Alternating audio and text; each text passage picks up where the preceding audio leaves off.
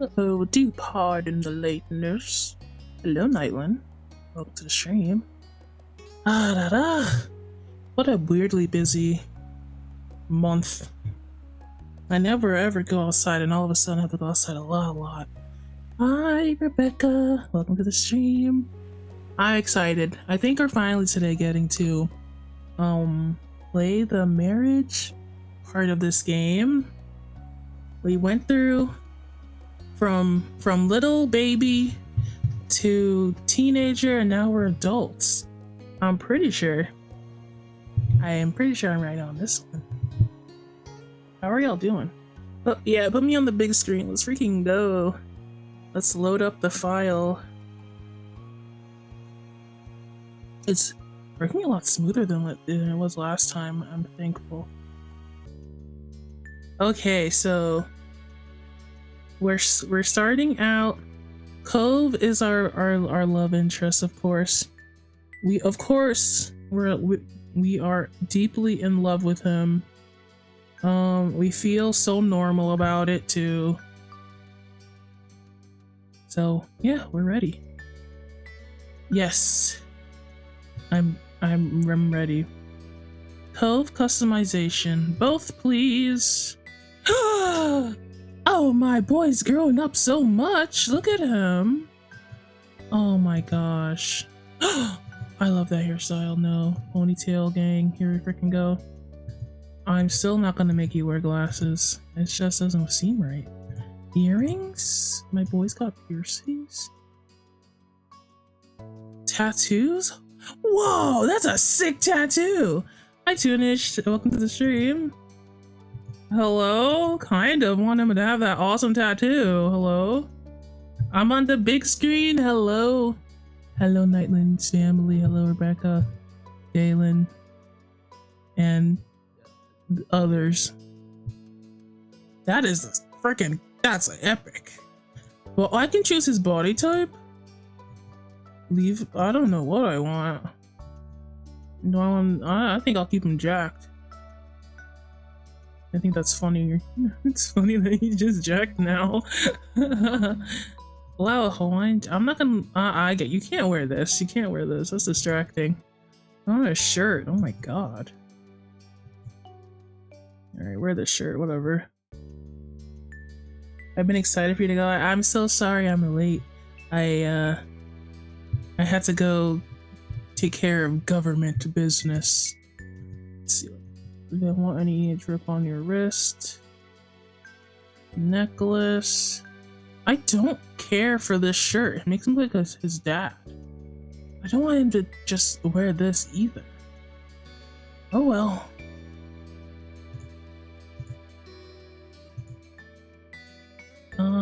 Pants. Let's go with the blue pants. Oh, whoa. This shirt, with this pants? That's very funny. We'll go with the blue pants. We're not going with khakis, you son of a gun. You stop wearing khakis. A nice watch with the drip though. You finished your design? Your child Nibbles has unfortunately been replaced. I'm sorry, but their time was up. It's been a month. So I have to replace them. That's how it works. Unfortunate. Man, he is so cute right now, bro. Hi, pup boy. Welcome to the stream. You can show me anytime you want. I'm just changing Cove around. Shirt cover. I just really love that tattoo is the thing. Sunglasses. No, we're not gonna cover his cute little face. Absolutely not. Okay. Fine. We'll go with this. Affable. I want him to be the nicest to me as possible. Okay, thank you. Which initiative level would you like Cove have in step 4? He can have the whole initiative because I'm not gonna do anything. Add it to the Discord? Okay, great. Let's look at it. You guys don't know. Welcome to the stream. It looks very comfy. It is comfy. Welcome. Yeah, you can get nibbles back if another egg appears. Nightland, don't you worry. They might come back. You guys don't know though. I have a fashion contest going on. We showed an entry last stream. And it looks like we're gonna have another one this stream. How exciting. Let's see, where is it? In the contest section. Fantastic. I'm excited to see what this is. Oh! Oh! I dig it. I dig it. Hold on. Hold on. I have to save it so it'll show up properly.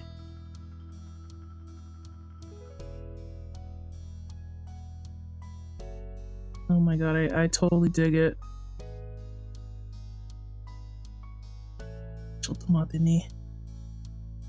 Now, how have you guys been, by the way, while I'm doing this? My day, I wasn't expecting to go out today, but the government called me and told me that if I don't deliver XYZ, they're gonna come get me. Okay, so here it is. OMG. Oh, we love it. First of all, fit check. Hair. I never thought that I was a bowl cut kind of person, but you're changing my mind. I love the sweater. Are you kidding me? This sweater is so good. The choker, everything. The skirt, adorable. It's the mismatch stockings with the freaking icing for me. I love it. I love it. I look so cool. Oh my god. Hold on. How do I get all this in here? Yeah. This is so good, Rebecca. Freaking hell yeah. Look at me boots. Oh my god. That's good. That's very good. I like this a lot. Especially the sweater.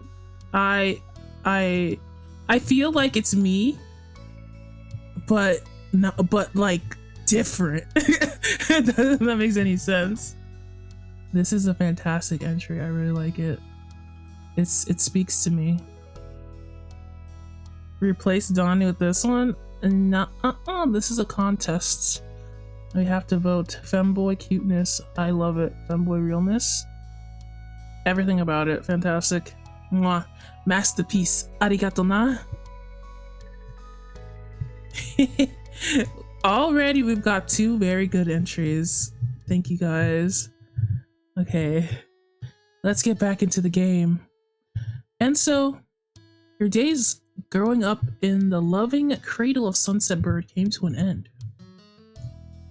In the years that passed since graduation, you'd moved out of your childhood home and made your way into the world. Let's see, what do I want to do? I can either live alone, live with a pet, live with pets. There's no egg right now, Nightland. You have to, you missed my whole egg explanation. The eggs will pop up more randomly. If you see one, then you have to try to hatch it. And whatever hatches into replaces one of the little guys down here. So there's no egg this stream, but maybe next week. Who knows? We hatched 2 eggs this week already. The choker is my Discord icon. Oh my god! Wait a second. It's the donut. Wait, I didn't even notice. Wait, let's zoom back in. Let's zoom back in. Oh, it is! Oh my god, look at that! That is good. We love design. We love design, everybody. Sorry, okay. It's good. It's so good. Okay. Lived with pets. Lived with Cove and his fish. Live with Cove, his fish, and the pet you picked. Live Cove live with Cove, his fish, and the pets you picked. I do want a pet. Am I living with Cove? I mean, I can't imagine living on my own because I'm a little neat, a little idiot neat. So I think we're gonna live with Cove and his fish and one pet. I like the idea of this. And you worked at a fine company, had a business of your own, co-owned a business with Cove, had multiple ways for income, focused on pursuing education.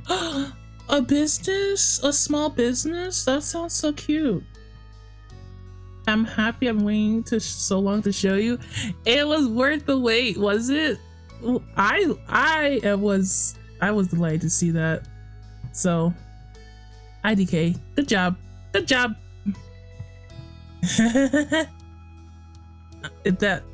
This contest has really started now. I have 2 official entries. One entry that I have a declined entry. I'm not looking at it again. I'm sure you guys saw it yesterday. I'm just throwing that one away. The co-owned business with Cove is such a cute idea, though. Okay. Ooh, what do we work in? Oh, we can choose. We can work in the fashion industry together. That sounds cool. I know that he likes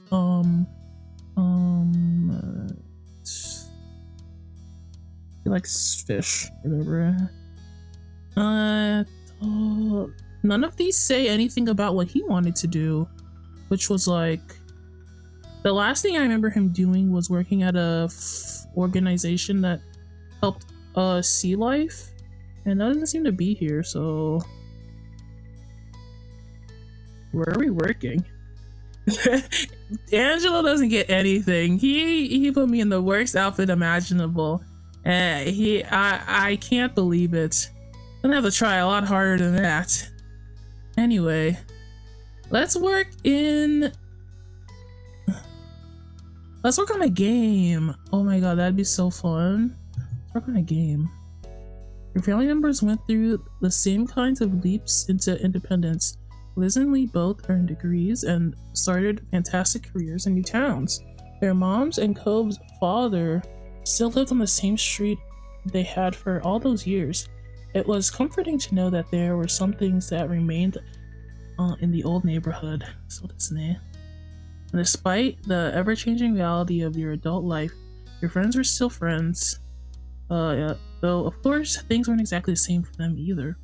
Very recently, Terry publicly came out as a man and switched the spelling of his name to use a Y instead of an I. Well, congratulations! He also confessed his love for Miranda. Oh, Spice, which she excitedly recuperated. Oh my god! They moved in together, and recently, and then so what? Oh, that's so cute. Good for them. Good for them. Derek was as busy as always, but doing well. He always made an effort to keep in touch, and you even saw each other in person occasionally. Bro, Derek, it's never gonna happen. One person who did disappear into the shuffle of memories inside your mind was Baxter. On vacation in Sunset Bird one year, he was just gone. Dang, bro. That was a loss you felt. He had become someone you considered a friend during those days. I'm not too mad about it. James Morningstar, welcome to the stream. We are attempting to marriage the Cove Holden. I got the marriage DLC, and I'm very excited because the one thing I wanted from this game since the beginning was the adult phase of all of it, and the fact that it's a marriage phase is very cute to me.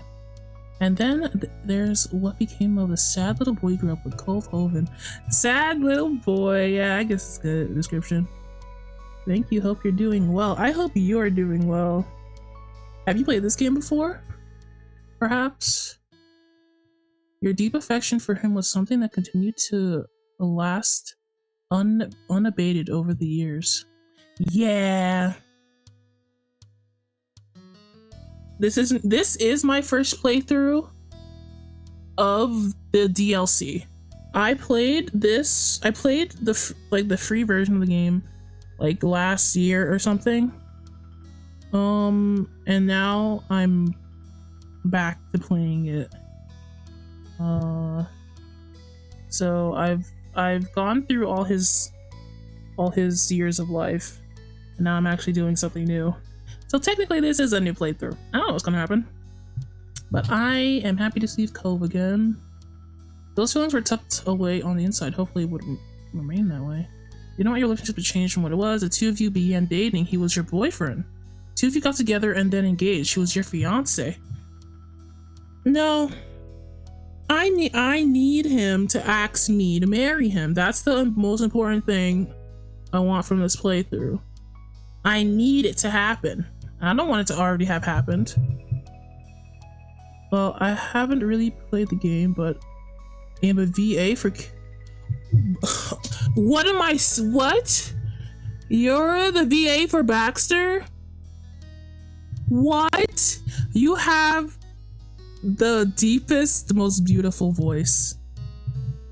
That's crazy. Welcome to the stream ×2. What the heck? That's crazy. Okay. I'm gonna say he's my boyfriend just because I hope that he will ask me to marry him. It's just one of the things I want. You'll never forget the moment the love you had for one another was let out in the open.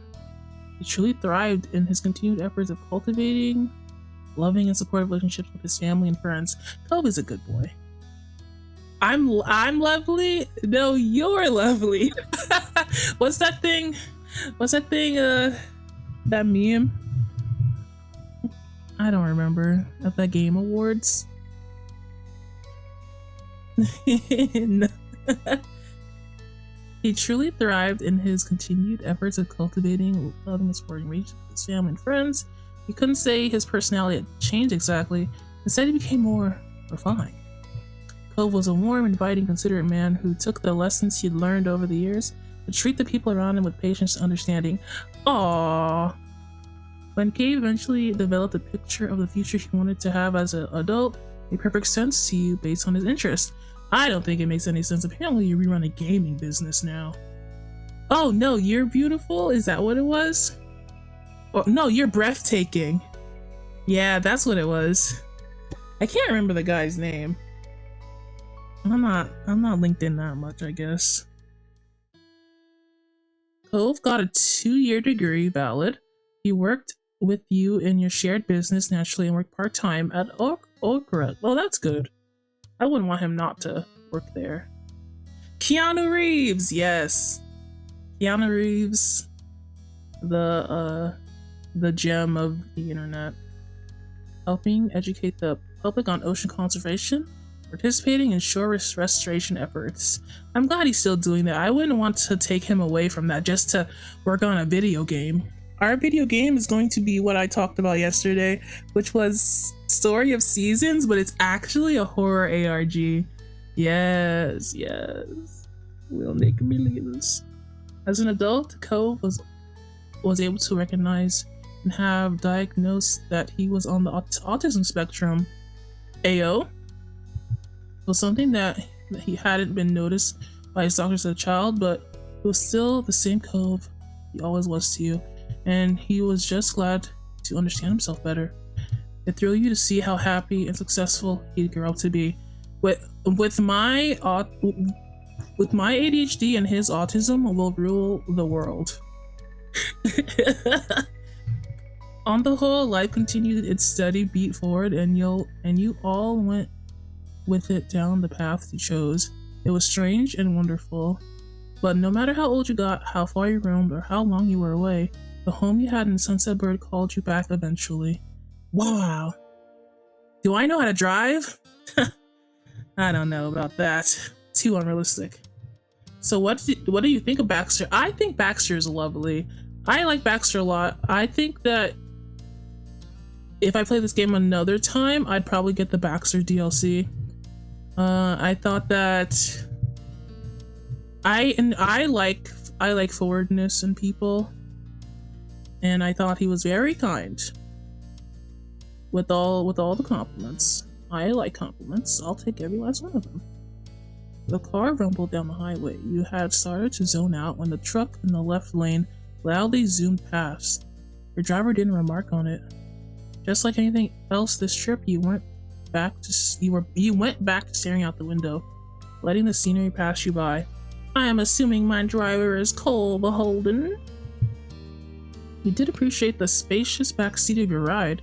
You hadn't known exactly when you would be coming in, so you had decided to use a ride app rather than ask your mom to pick you up. It had turned out to be a convenient choice. You looked forward to surprising your parents at the door. You smiled at the thought of their faces lighting up. Luckily, this hadn't been a big of a trip for you. You lived close enough that the travel hadn't turned into a big production. However, that didn't make the occasion mundane. For once, your mom had decided to have a modest celebration dinner for their anniversary. Unlike when you were growing up and they preferred not to make a big deal out of it, this year they were comfortably having a party. As time went on, they found being at the center of attention easier to handle. You were happy to see it. With this going on, there's no way that either you or Liz would miss out on your mom's anniversary. Both of you made plans to come back home for it.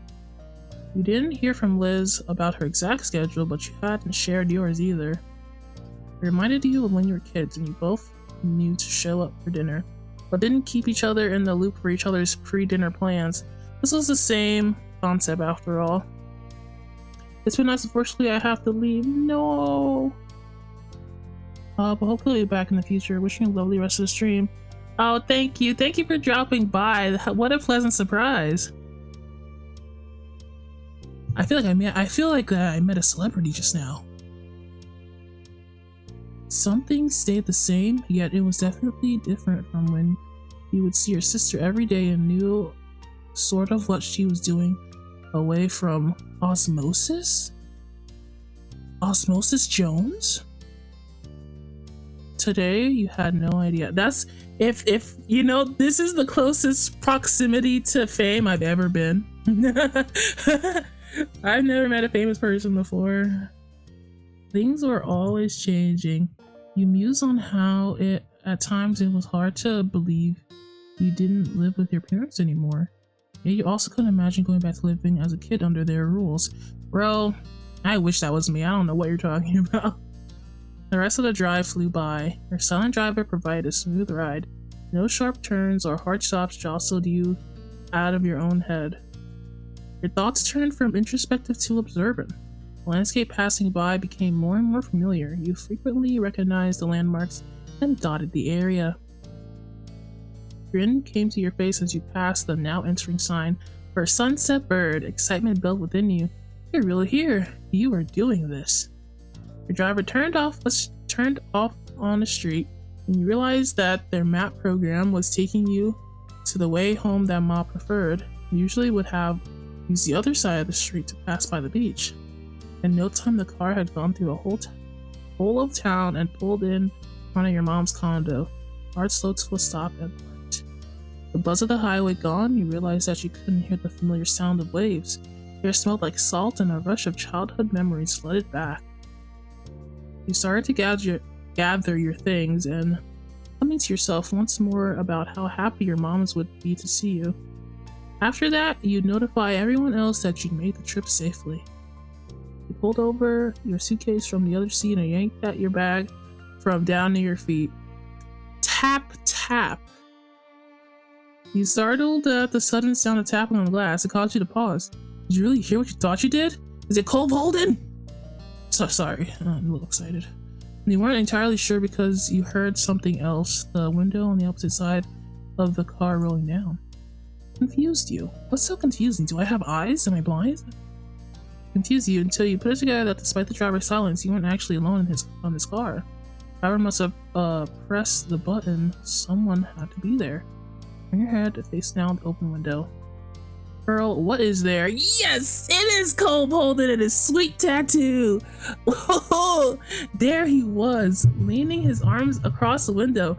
Your beloved Cole Holden. He beamed at you with one of his precious open smiles. Oh, I could just reach out and pet his head. He is so close. Hi, Cove. What is that mischievous grin? What a surprise. I didn't expect to see you in this neighborhood. Didn't you drive me? Who was driving me? He was joking, of course. Seeing your expression, he decided to push it further. Oh my god. It's not like I've been waiting for you out here all morning or anything. I've been the one waiting to see you. I'm sorry to keep you waiting. You survived. You screamed excitedly. That's kind of what I did, isn't it? Oh my god, it is the great Cove Holden. My boy. I'm excited to see him.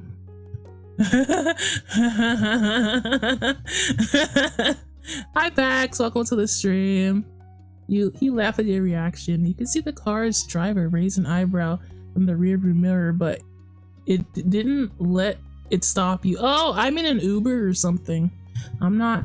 The person driving me was not Cove. Okay, I see. Then he didn't grip the top of the car and pushed half of his torso through the opening. That was enough to make the driver break their silence with a sharp "Hey!" Calm down. Cove did not seem to notice and continued climbing through the window. He pushed one hand down in the middle seat and prop his dangling body up.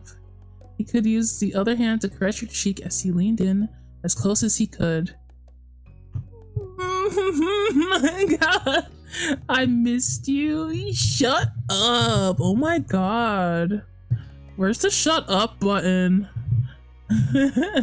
You scooched across his seat and kissed him on lips. I did not do that. You leaned over, kissed him on the forehead. You covered his hands with yours. You flicked his nose. You did your best. Hug him without knocking him down. I'm gonna flick his nose. Shut up. I hate it here. Don't be nice to me. Stop.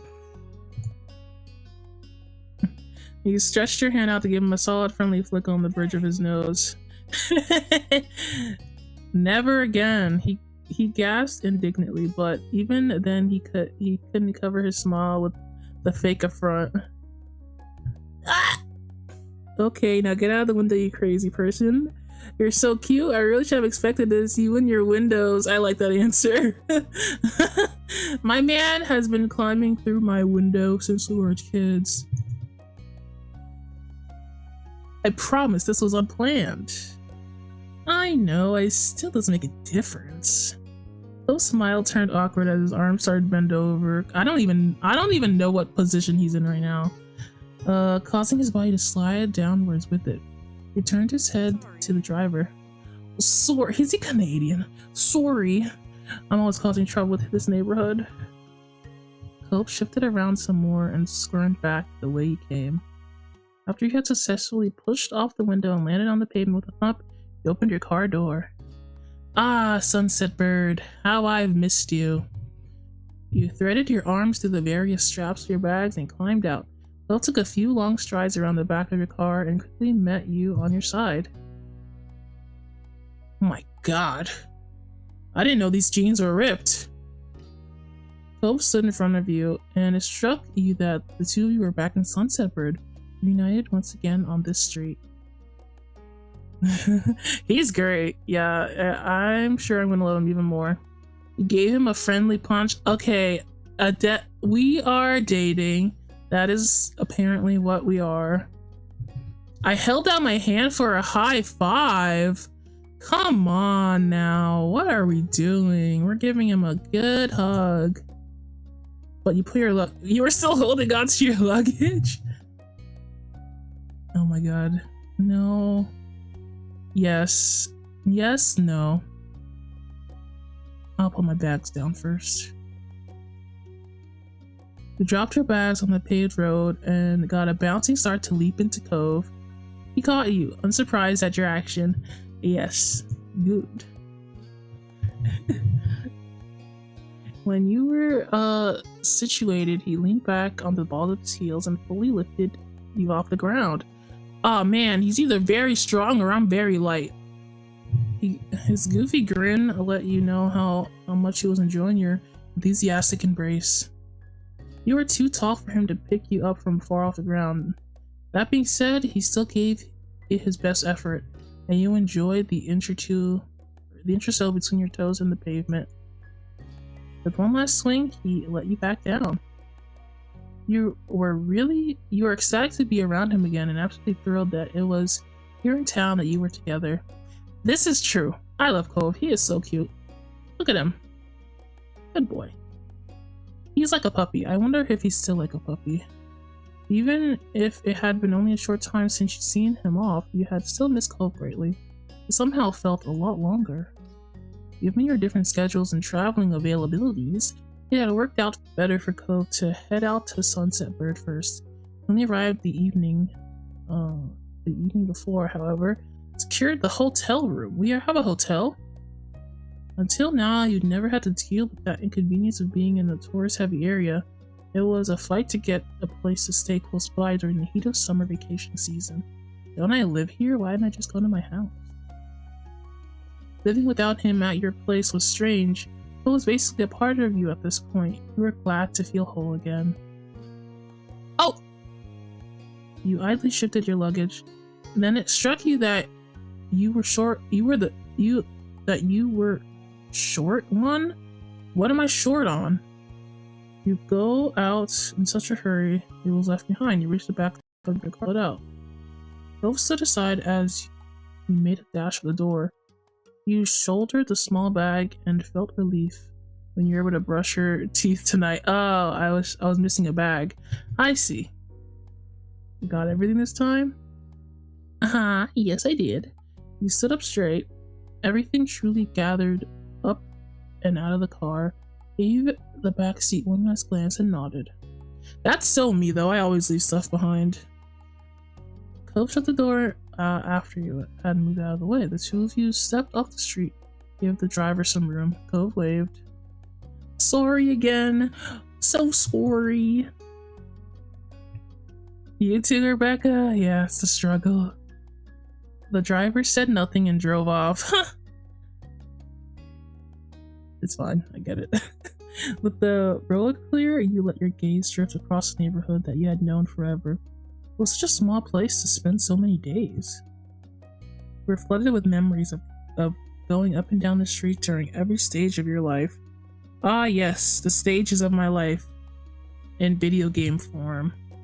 Being a little kid, following your big sister to the playground, becoming a teen and staying out later, growing into an adult who left their parents' house to become independent. Bro, what's that like, bro? I guess in this sim, I'm going to learn what it's like to live on my own, baby. Woo! To feel the summer sun on your skin from all the times you headed out to the beach. You saw the same surroundings that you as a young adult did when leaving home. It was hard to quantify the amount of history you had here. And now you're back. Despite taking in the neighborhood again, you never lost awareness of Cove's presence. From the corner of your eye, seeing him there was a very familiar sight as well. Oh, what's that? Oh, Twitch chat disconnected. No, it's fine. Right?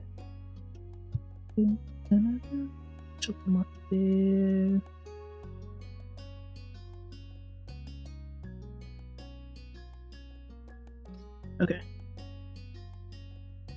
I got it. So many of your memories included him. He followed me around like a puppy, so yeah. Your mind drifted from the neighborhood itself to the person who used to live here. Well, you couldn't help but feel nostalgia.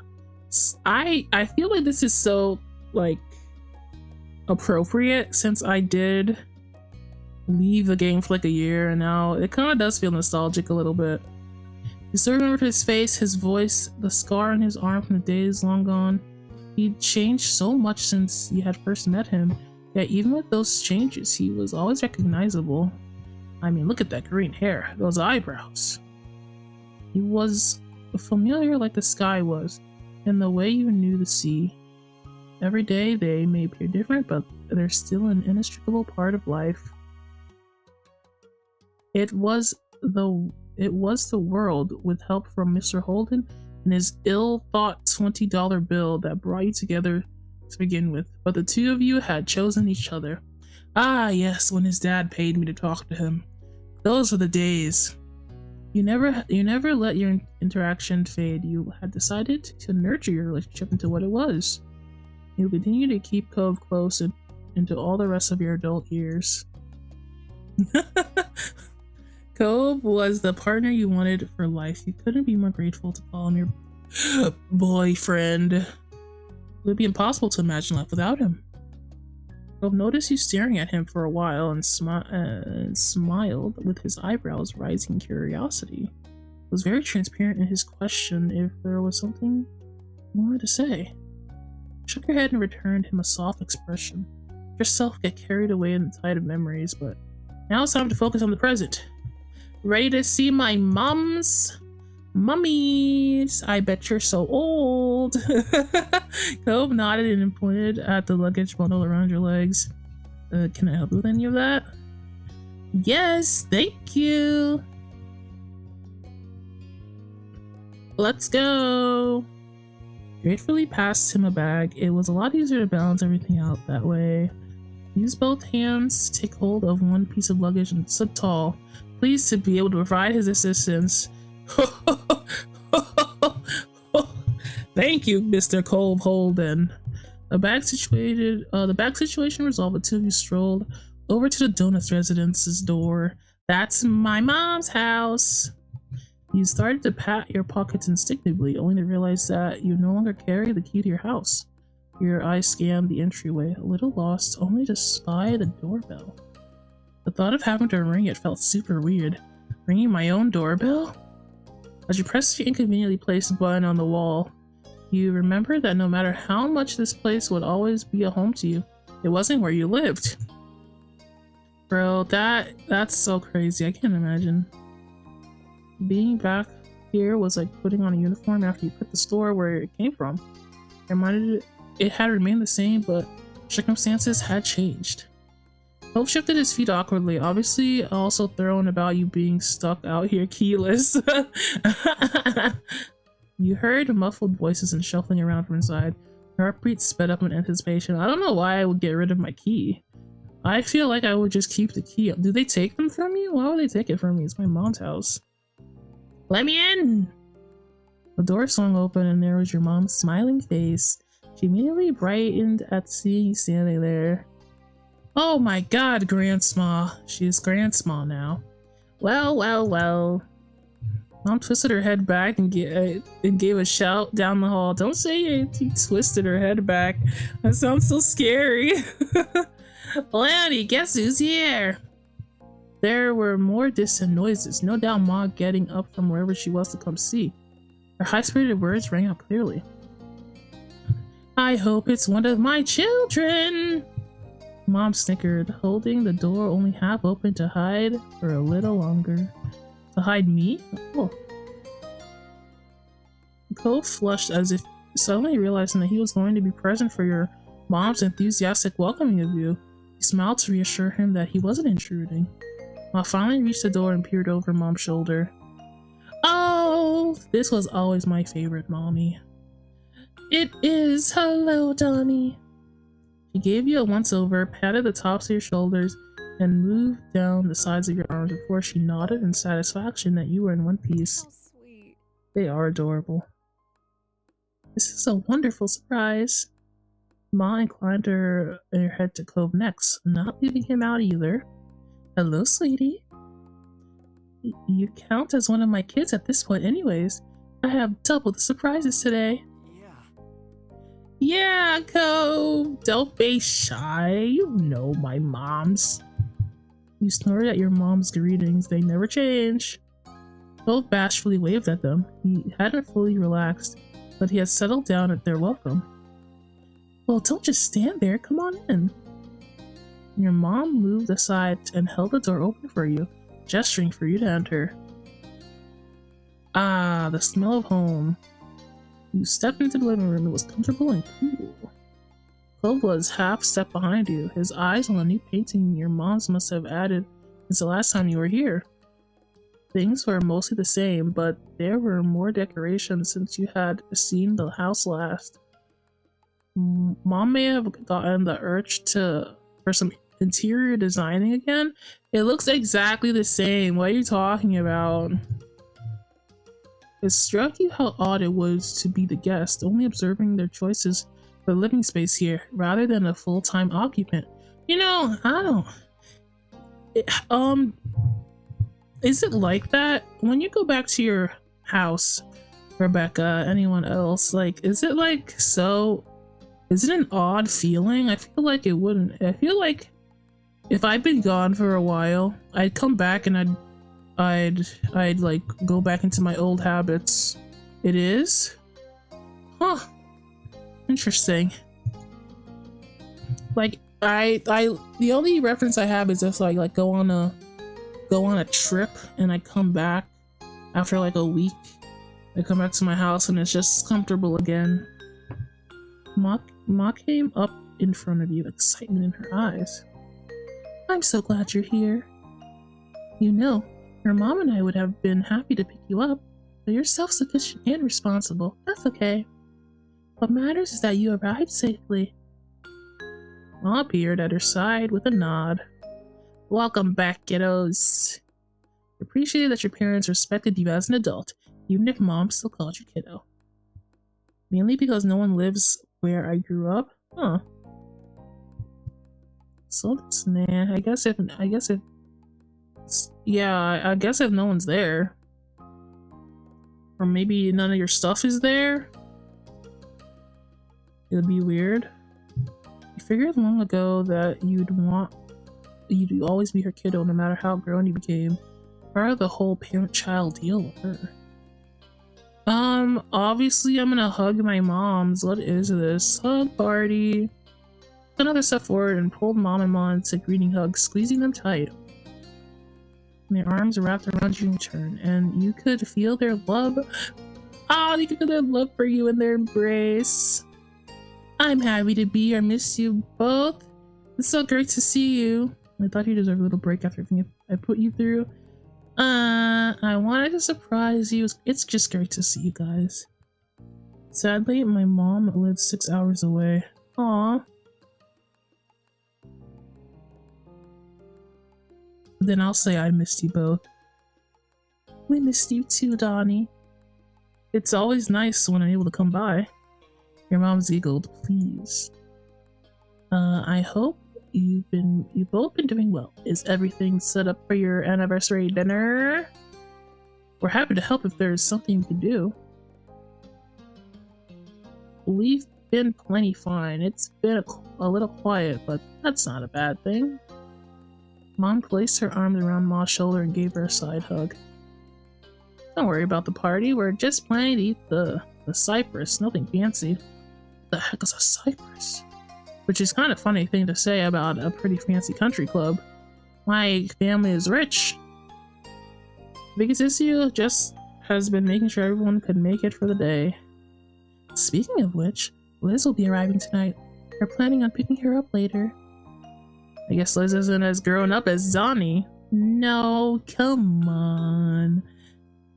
Mom snickered at her own joke and Ma lightly elbowed her with just a barely hidden grin. As I was saying, I'll drop you off whenever you're staying if you don't mind waiting for that. Wait, I'm not staying at my house? Nandayo. Why?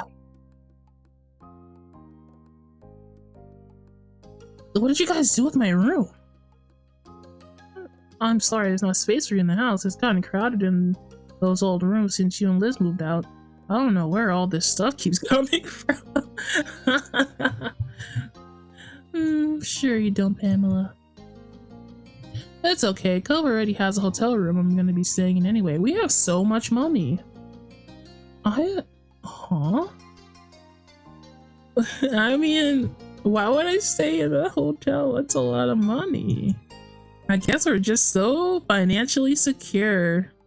That's nice. What heaven are we living in? This is true. This is true millennial fantasy. This is great. Cove sent you some pictures of the place when he arrived. Stylish and roomy. It seemed very nice. It was a double room. It was a single king bedroom. Obviously, he claimed that the bed was comfortable, so you had high hopes about that. Though mostly you were looking forward to having him next to you as you slept once again. Your mom smiled, relieved. Krista's already here, isn't she? Cove's mom is here! Let me see her! Let me see her! She directed her question at Cove. He bobbed his head a bit to go along with his reply. Yeah, I heard she made it. She's gonna be staying with Dad while she's in town. And have you gone over and said hello yet? Cove chuckled self-consciously, and this time he shook his head. He raised an eyebrow, since he had figured he would have taken the chance while waiting for you. Not yet. I should go do that now. I just wanted Donny to be there too. He caught your eyes with an adoring smile. Oh, he's so precious. Oh, he's so precious. Mom laughed at that, no doubt thinking that Cove was sweet but ridiculous. It's nice to know your priorities. Yeah. Cove awkwardly rubbed his arm and shifted on his feet, looking all too much like he did when he was a kid.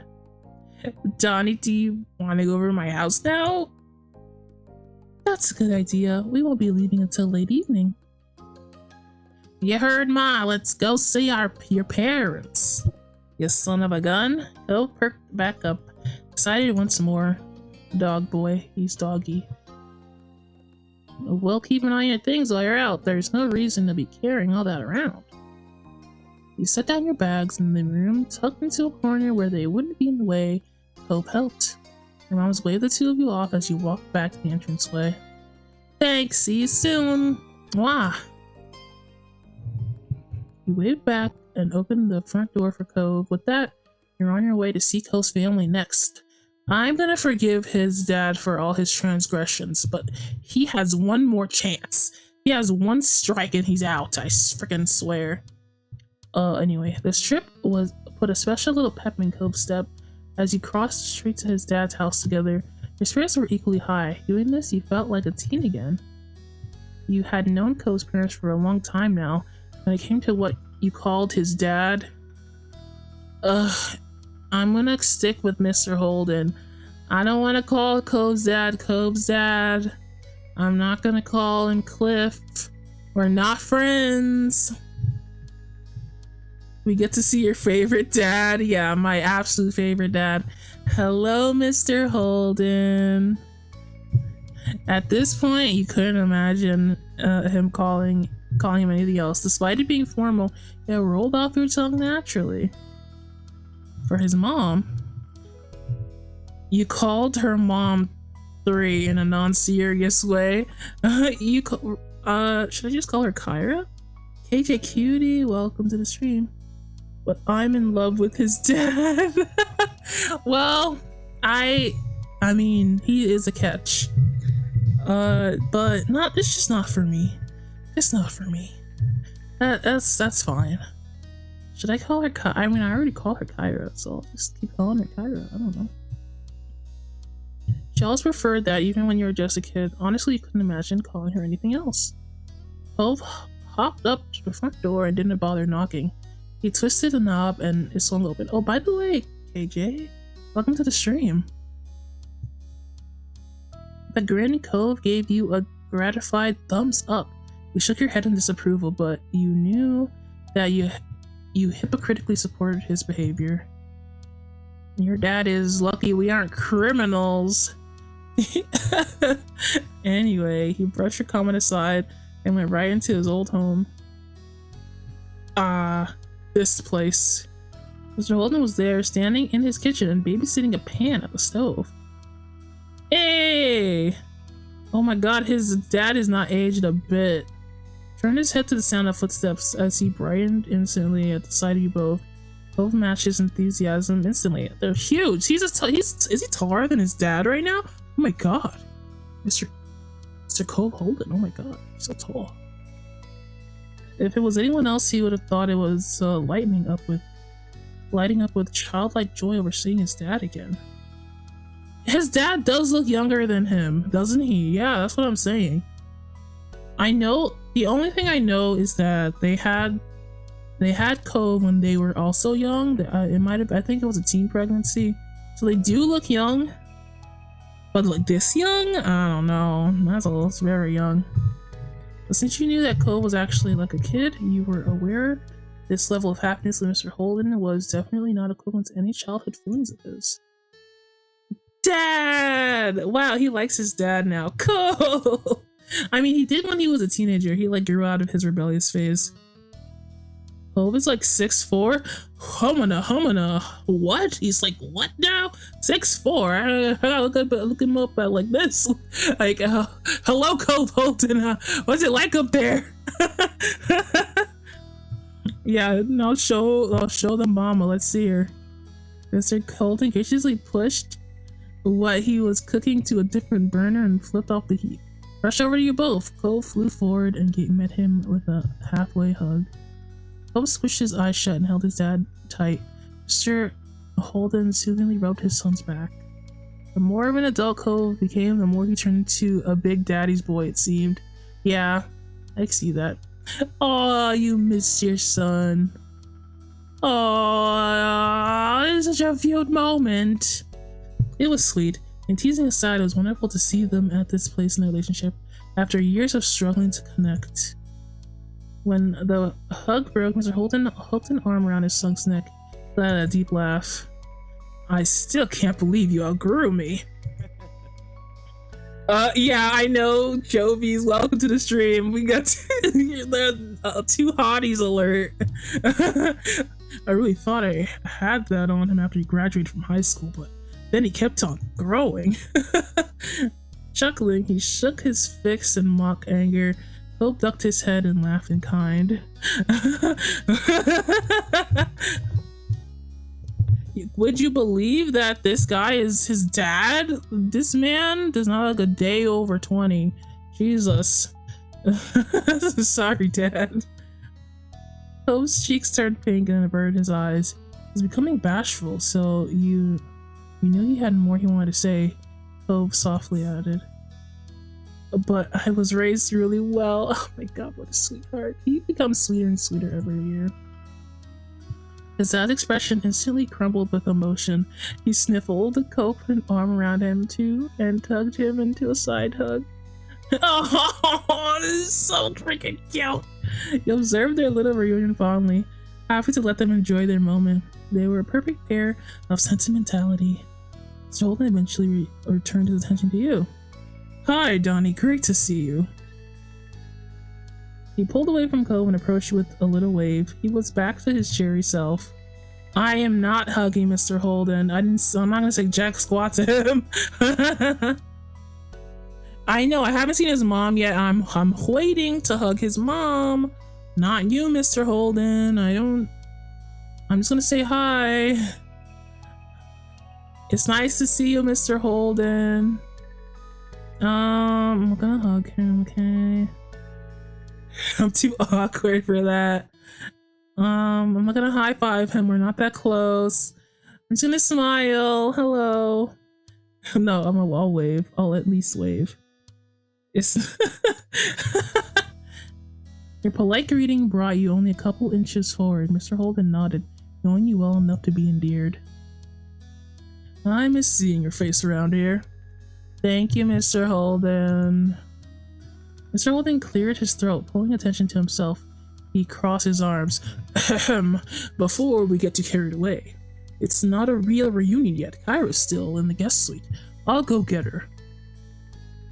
He eagerly bolted down the hall, and you could hear every step he took. It ended with a distinct knock. Bump, bump, bump, bump. Kyra, they're here! It was only seconds before there was the sound of the door being yanked open. The pounding of feet hitting the wood floor grew even louder this time. Kyra! Oh my goodness, is that you? My baby! Next to you, Cove let out a nervous laugh. His parents entered the living room and Kara stretched her arms out wide when she spotted you both. Cove went to her easily. Why is everybody in the why is everybody here hot? Mommy? Oh, sorry, mommy. Sorry, mommy. Oh, hi Noah, welcome to the stream. You went in for the hug too. Oh my god. We got to. I know, right? Everybody clapped. She said hello and everybody clapped. I'm gonna open my arms for the big hug. I got a hug. I got a hug. She pulled you tightly into her arms with Cove. You were squished but felt every bit of love Kyra held in her heart for you both. I like how I'm just like, hi, Mr. Cove. And I see Kyra, I'm just like, girly pop. There you are. Cove wrapped his free arm around her too. He rested his head on top of hers and let out a happy sigh. After a moment, Kyra let go and pulled back to get a closer look at your faces. She surveyed every inch of them and appeared satisfied. Yeah, we're looking very respectively, ma'am. We're looking very respectively. Thank you, mommy. Mommy.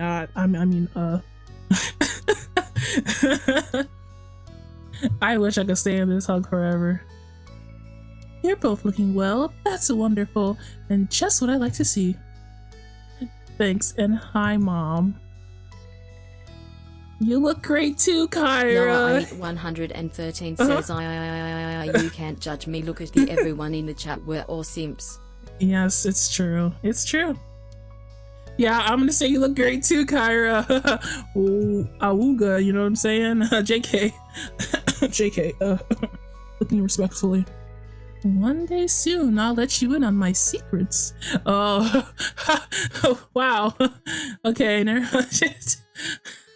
I'm here to marry Cove. I'm taken. Oh my god, I'm taken. Everybody, calm down. What is this game? Asking for a friend. It's our life, beginnings and always. Kyra winked, and you had zero doubts that she held precious knowledge to looking her best. She was stunning every time you saw her.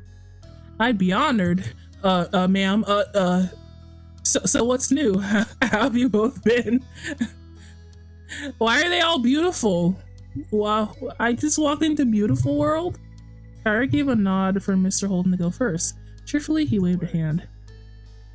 Oh, same old, still got the shop. Still got my friends and family, of course. And still the most exciting thing around here is seeing who will rent that one free condo. Incredible! I always knew you were such a snore. Wow, Kyra is so funny. This is what heaven looks like. Getting the DLCs just for her is valid. I'm not gonna lie. Very valid. They snickered and you couldn't help but peek at Cove. He rolled his eyes dramatically, drawing out a few giggles from you. The whole time there was still a happy, fixed smile on his face. For me, things have been good. I've gotten a lot of interesting assignments lately. Oh, and I recently went to Seattle and what happened at Seattle? Kyra twirled a strand of her hair shyly and her mouth curved in a grin. Whatever she was thinking about, it made her happy. What's going on? Just so you guys know, they are divorced. Kyra is free reign. You know this. Can we marry Kyra? I mean, she is single, that's what I'm saying. Kyra? You may object. Things have been going well with that guy from work, but it's a little early to bring him all the way out to California and meet the family. No! Ah! Who is this guy? Can I take him in a fight? No! Kyra! Why does it have to be this way? Cove crossed his arms and his dad nodded. It was clear she appreciated the acceptance from her two boys. Yeah, I'm really happy for you too. I'm just so happy.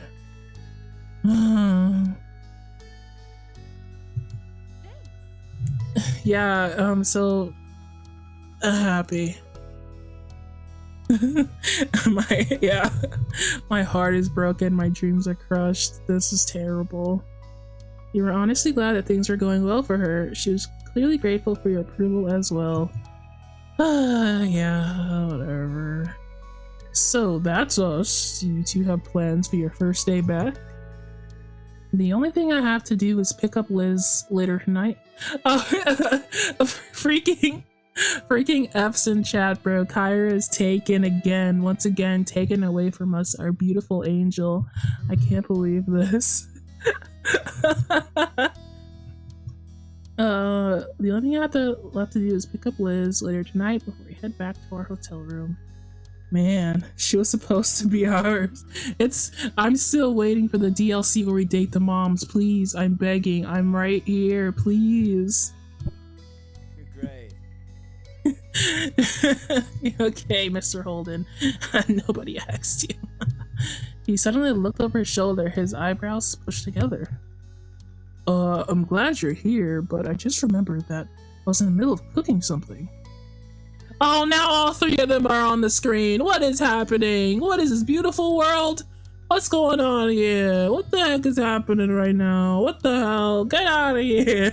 I can only look at one beautiful person at a time. This is so difficult. Only a small cackle escaped you while you fought off the giant grin taking over your face. Meanwhile, Cole erupted into laughter that had his dad shaking his head. Jobies, calm down, please. Please. That's fine, Dad. Go salvage what you can. I think it'd be nice to explore the old neighborhood for a while. Anyway, since we've got the time. Oh my god, Cove Holden.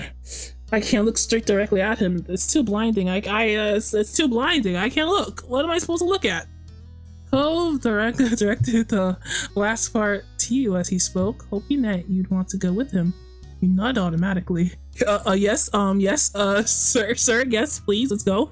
You're already looking forward to it. That's a perfect idea. I think so too. You should enjoy the day. I'll hang back here so I won't be a third wheel, and someone's got to keep an eye on Cliff before he catches the whole kitchen on fire.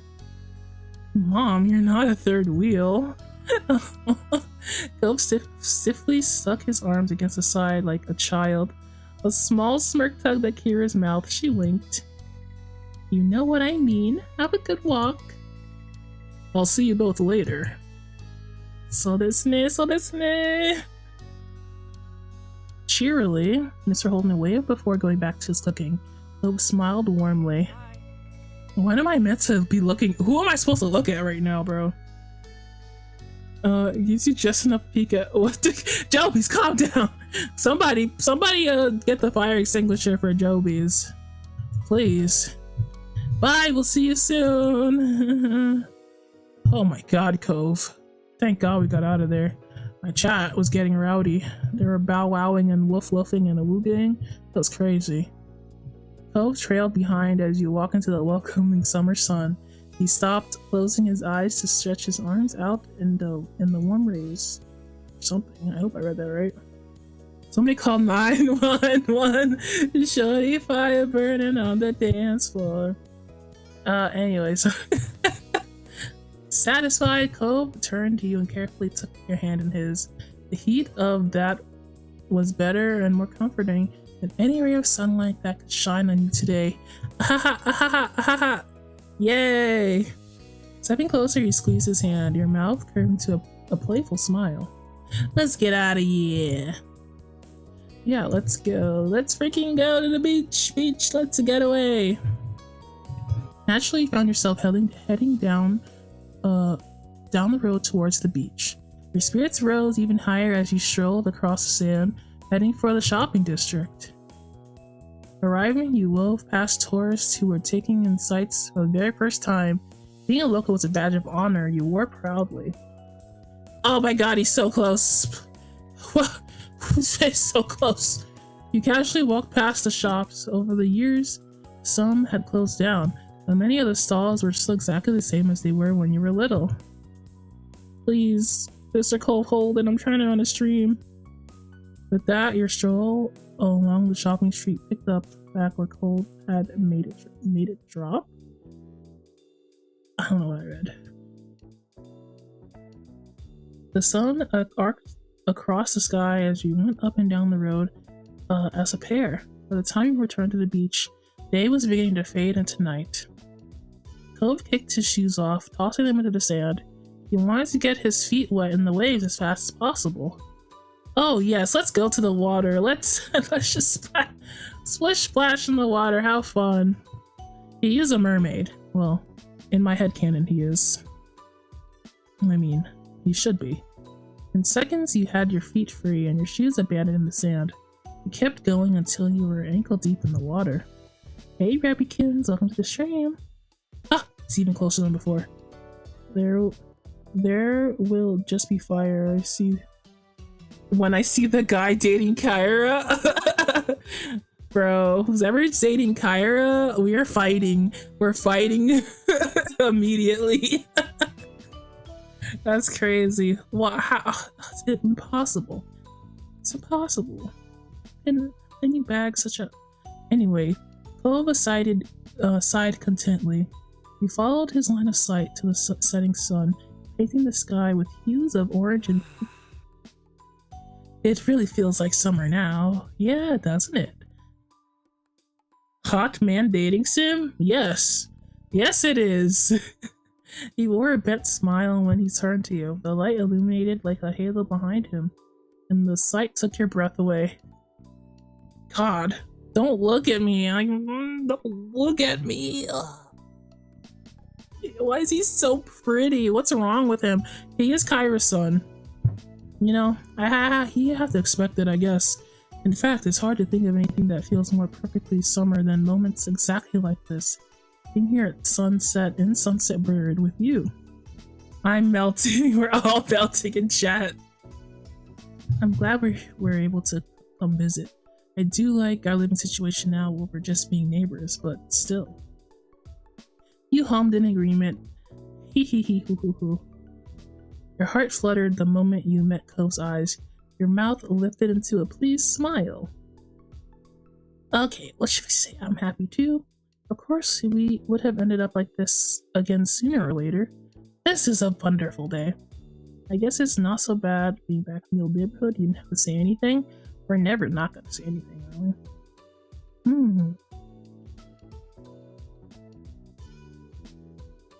I'm gonna say, of course, we would end up like this sooner or later.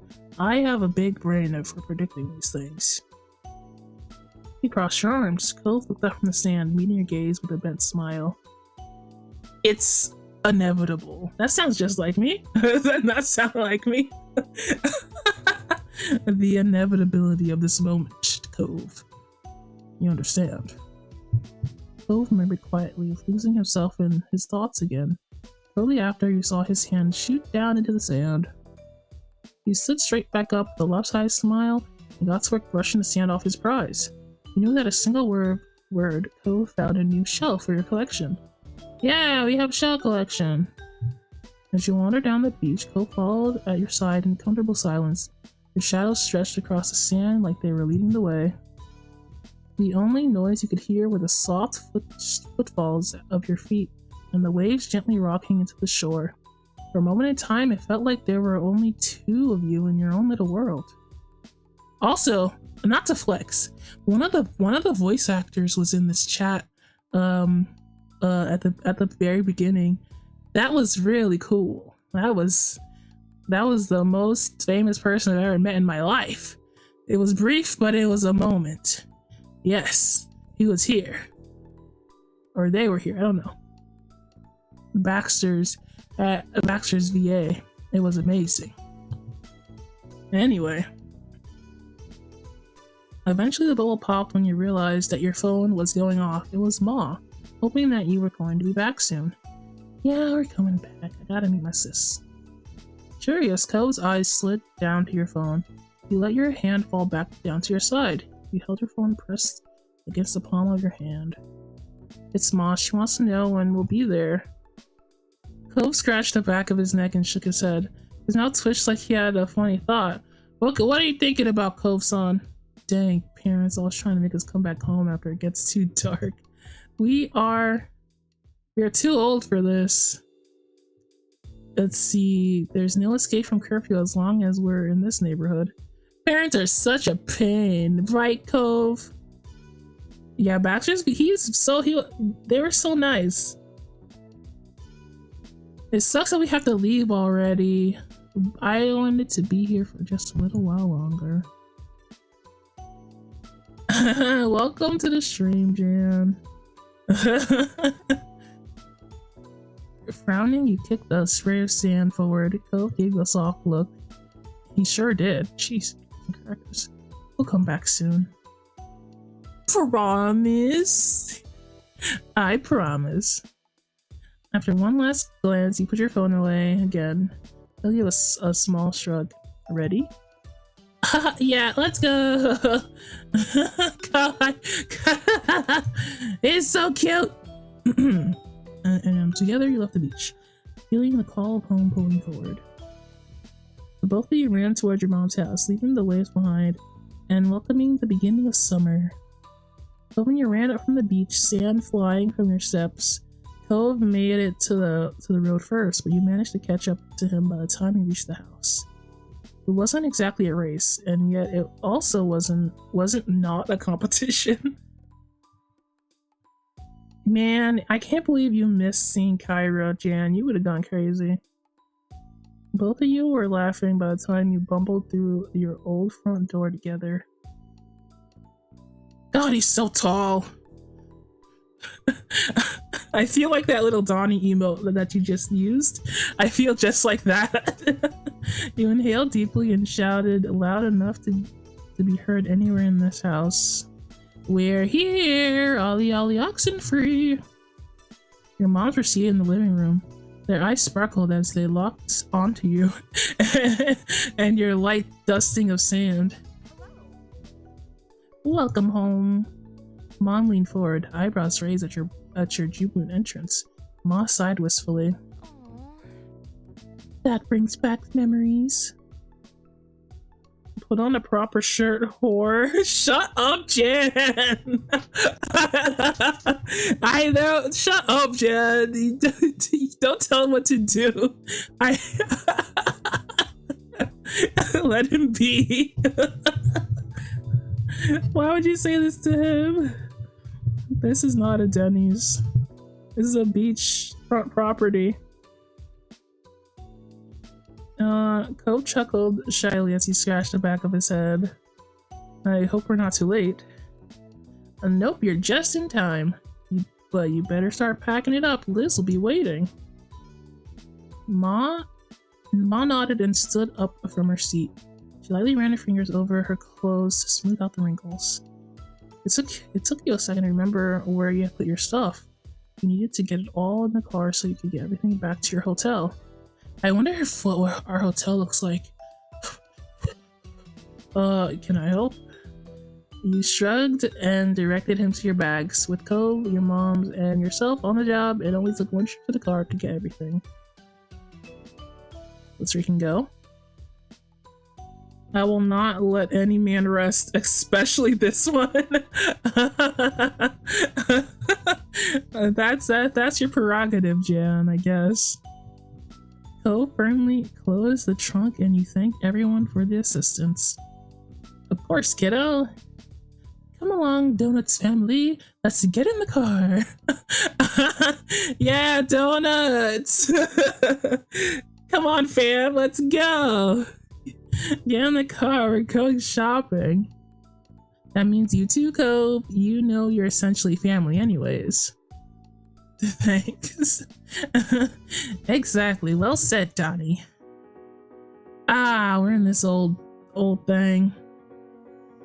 Well, interesting game. I had just googled it on Steam. Oh yeah, you should definitely play it. There's so many options, and the DLC gives you like so much content. It's like so much. You know, he bought those pants with the holes built in. Come on, bro. Leave him alone. Jan, he's beautiful. He can do whatever he wants. He has a pretty privilege. It's good. It's good.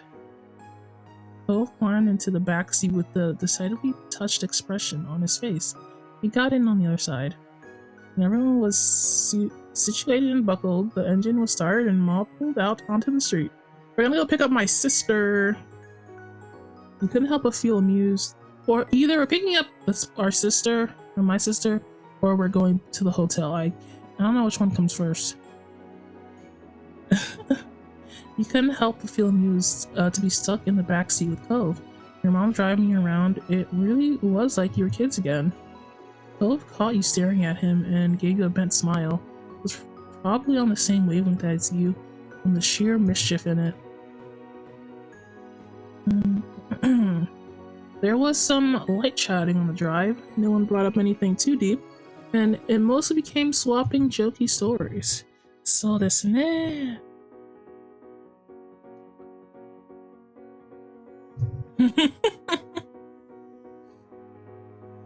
Yeah, we saw Cove's whole family, and we all kind of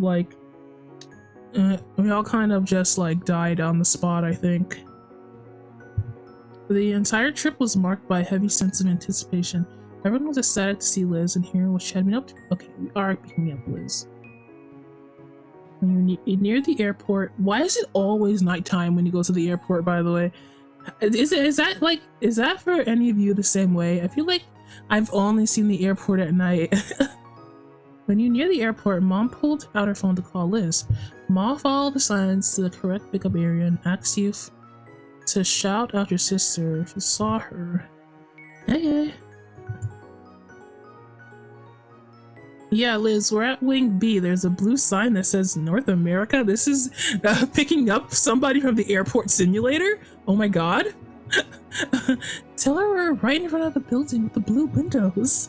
She says she's outside, right by a yellow truck. I see at least 3 yellow trucks. I think they're doing work at the airport. The back and forth continued, with Ma driving around the wide circular airport road, while Mom attempted coordination between her and Liz's location. We triangulated her. Aha! He leaned forward, peered out the front of the car. A tall, poised silhouette pulled a pale purple roll-along suitcase behind her. It was definitely Liz. She waved to the car. Ma parked along the sidewalk next to her, and Mom put her phone away with a cheer. Mission accomplished, team! Ma excitedly reached over to grasp Ma's raised hand, thrilled that both her kids were back. That's right. Yay! Liz came closer and yanked open the back door beside her. Liz is also very beautiful. You know, we're all just a bunch of beautiful people, I guess. She popped her head into the car. Her smile ornery? I don't know what that means. Despite how tired she appeared. It must have been a long trip for her, yet her expression was the same familiar smirk you had grown up with. Show her to me. She's gorgeous! Dang it! She's beautiful! Hello, children. I'm back. Ah, Liz! Donny! Ah! Ornery, bad-tempered and combative, stubborn. That sounds like her. She must have been frustrated on the ride. You poked her cheek, you took hold of her hand, you shook her head. You smelled at her. How am I gonna hug her? I'm gonna poke her cheek or something. Poke. And her eyes watched her finger with confusion until you poked her. Her jaw dropped at your sheer audacity. Liz leaned back out of the reach and booped your nose before you regained your balance and pulled back. Well, hi to you too, kiddo. Hello, sweetie. It's so nice that you're here. Liz is so... Oh no! Don't put the hot people away! Put the hot people away! There's too many on the screen! I don't know what to do! Hi, Elizabeth. You jokingly huffed at her. We're not children. Whatever you say, baby boy. He is baby boy. He's baby boy and baby girl at the same time. Dang. She turned her gaze back to Mom and Ma. You really know how to make someone feel appreciated. Her spirits were high. You could tell she was just as happy to be there as everyone else was to see her. She left the door open but ducked out to walk around the back of the car. She opened the trunk and lifted her luggage in. I'm gonna move your junk, Donny! I'll keep it in front of my bag so you can get it later. Mom's dropping you off first, right? Yes, but that's not junk, it's important. Yeah, it's my, I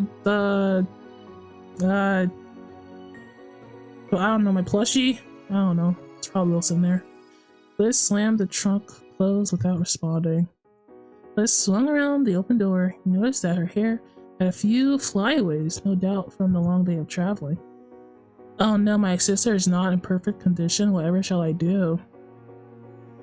Cope, why does Liz call you baby boy? She leaned against the frame of the car, giving you and Cope a significant look. I'm not sitting in the middle. I already had 5 hours of that nightmare on the flight. There's no way I'm getting in between the two of you.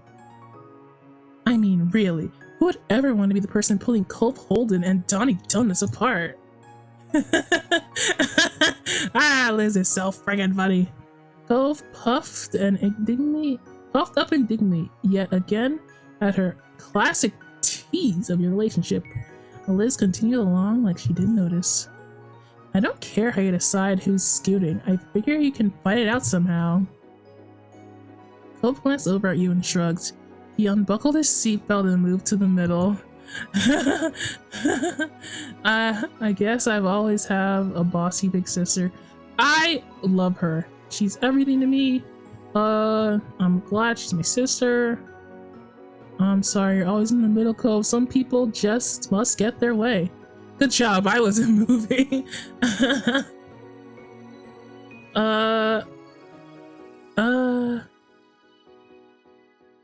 I'm sorry I was in the middle, Cove. Some people just must get their way. Yeah, my sister can get her way. She's perfect. Anyways, it's okay. Growing up was normally me and Lizzie putting you in the middle of things. True. Memories. The window seat opened. Liz squished herself into the car and shut the door. Wow, I feel this situation. When everyone was settled, Mom began to pull out. Yeah, we're off. Let's freaking go, lads. Let's cross to. We're going back home to our hotel. Ugh, if I know anything about this game, I wonder what the hotel is gonna look like. Liz crossed her legs, compacting herself tightly. She braced most of her weight on the door room behind her instead of sitting up straight. Gave her a little more room. Hopefully we finish the journey. This car is almost as old as we are. You tell him, Liz. And it's just as good as you are. Aww. Why is Mom so sweet? We're equivalent to this junker? I'm not gonna say that about our car. All the complaining definitely means Liz is back. Yeah, I think so. I think that's correct. So complains Donny. We're a couple of complainers, what can I say? Mom turned up the radio and Mom merged into highway. What are we listening to, folks? Mom turned up the radio. Who's got the aux cord? What are we listening to? The station was familiar, the normal soundtrack for when she had driven you and Liz around town. Liz bounced in her seat, enjoying the classic tune. The song would be old enough to vote at this point if it was a person. That was hard to believe. If it were up to me, what would we be listening to? I mean, obviously it'd be Japanese music, but if it wasn't, maybe I'd play Party in the USA by Miley Cyrus. With Liz, the conversation livened up despite it getting later and later in the night. She told you all about her week and the travel preparations she made. By the time she made it to the actual tale of travel itself, Liz started chuckling. On the plane, Liz had sat next to a couple of girls who talked a lot about how they could read people. Liz recounted their conversation with her hilarious detail as he apparently tried to guess her occupation after only shaking her hand. Neither of the girls could agree with the other, and Liz had refused to just tell them. However, the drive to your hotel was only so long. Eventually, your group arrived. You yawned and got out of the car when it stopped. Oh, thank God! Get me out of here! I hate, I hate the smell of cars. Clove clambered out after you. Liz gave you a long sigh of relief with all the extra space she found herself with. Clove grabbed the luggage and waved off your family after you had said your goodbyes. After they left, you and Cove went to find your room. Yeah! Hotel, hotel, hotel, Holiday Inn. Hell yes. Let's freaking go. I don't think have I ever been to a hotel? I can't recall a time that I don't recall a time when I've been to a hotel, actually. You scanned the keycard to unlock your hotel room. It sounded out as a soft beep and you turned the handle to the door. It's just me and Cove Holden now. Doshikana, Doshikana. The door creaked open when you craned your head in to take a look. First thing you noticed was a large king-size bed in the middle of the room. It was a prim, modern-looking space. It seemed clean and smelled faintly like floral air freshener. Ah, yes. A hotel room, the one place you never really belong. A smile played on Cove's face as he watched you take in the space. The bed's nice, huh? Which one of us is gonna use it? Eh? Eh? Why are you like this? Why are you like this? You burst out laughing. I might start laughing. Are you serious? Here we go again. Me, you can fend for yourself. Let's see. What do I want to do? Yeah, maybe I'll laugh. Here we go again. Not funny, Cove Holden. That was a joke. Can we please share the bed? Obviously. Why else would you order a room with one bed, you stupid idiot? Thanks. I got a good hotel, didn't I? Yes, you did. You did a good job. You're such a good boy. Yeah, you picked a nice one. It's passable. I guess we'll manage. Thanks for handling this. I'd say it's nice. It's the same hotel I would have picked on my own. You nodded, wordless in approval. Yes, you did pick out a good one. You're such a good boy, Cove Holden. I'll smile like a big pleased puppy. Yeah, I bet he did. Cove, why does Donny call you good boy? He's just a good boy. You and Cove continued to chat as you settled in. You unpacked some of your stuff and checked out in the room's amenities. Cove pointed out the mini fridge and started puzzling over what food could be ordered to the room. Oh my god. The millennial dream is real, guys. Not only are we in a hotel, even though our parents' house is right there, we're ordering room service? Where do we get all this money? God, but we also live on our own. Where do we get all this money? Oh, like this is luxury. This is the millennial dream. However, the fact was you were both exhausted. It didn't take too many yawns before you both changed into your pajamas and called it a day. Is this young adult? It is young adult phase. We both okay, it sounds like we each had like at least 2 years of college and we're making games. You had to hunt along the wall to locate the light switch. When you finally found it, took it off with a sense of triumph. We're going to sleep now. Oh my god. Turn your head over to Cove, who stood behind you in his pajamas. It was cozy and comfortable. The pieces didn't match. He never minded that. The pieces of his pajamas didn't match, yeah. He's annoying like that, I guess. We should get some sleep. Cove smiled, a soft expression that was adorable. Okay, let's go to sleep. Despite saying that it was bedtime, Cove took a step forward towards you. Whoa, bro.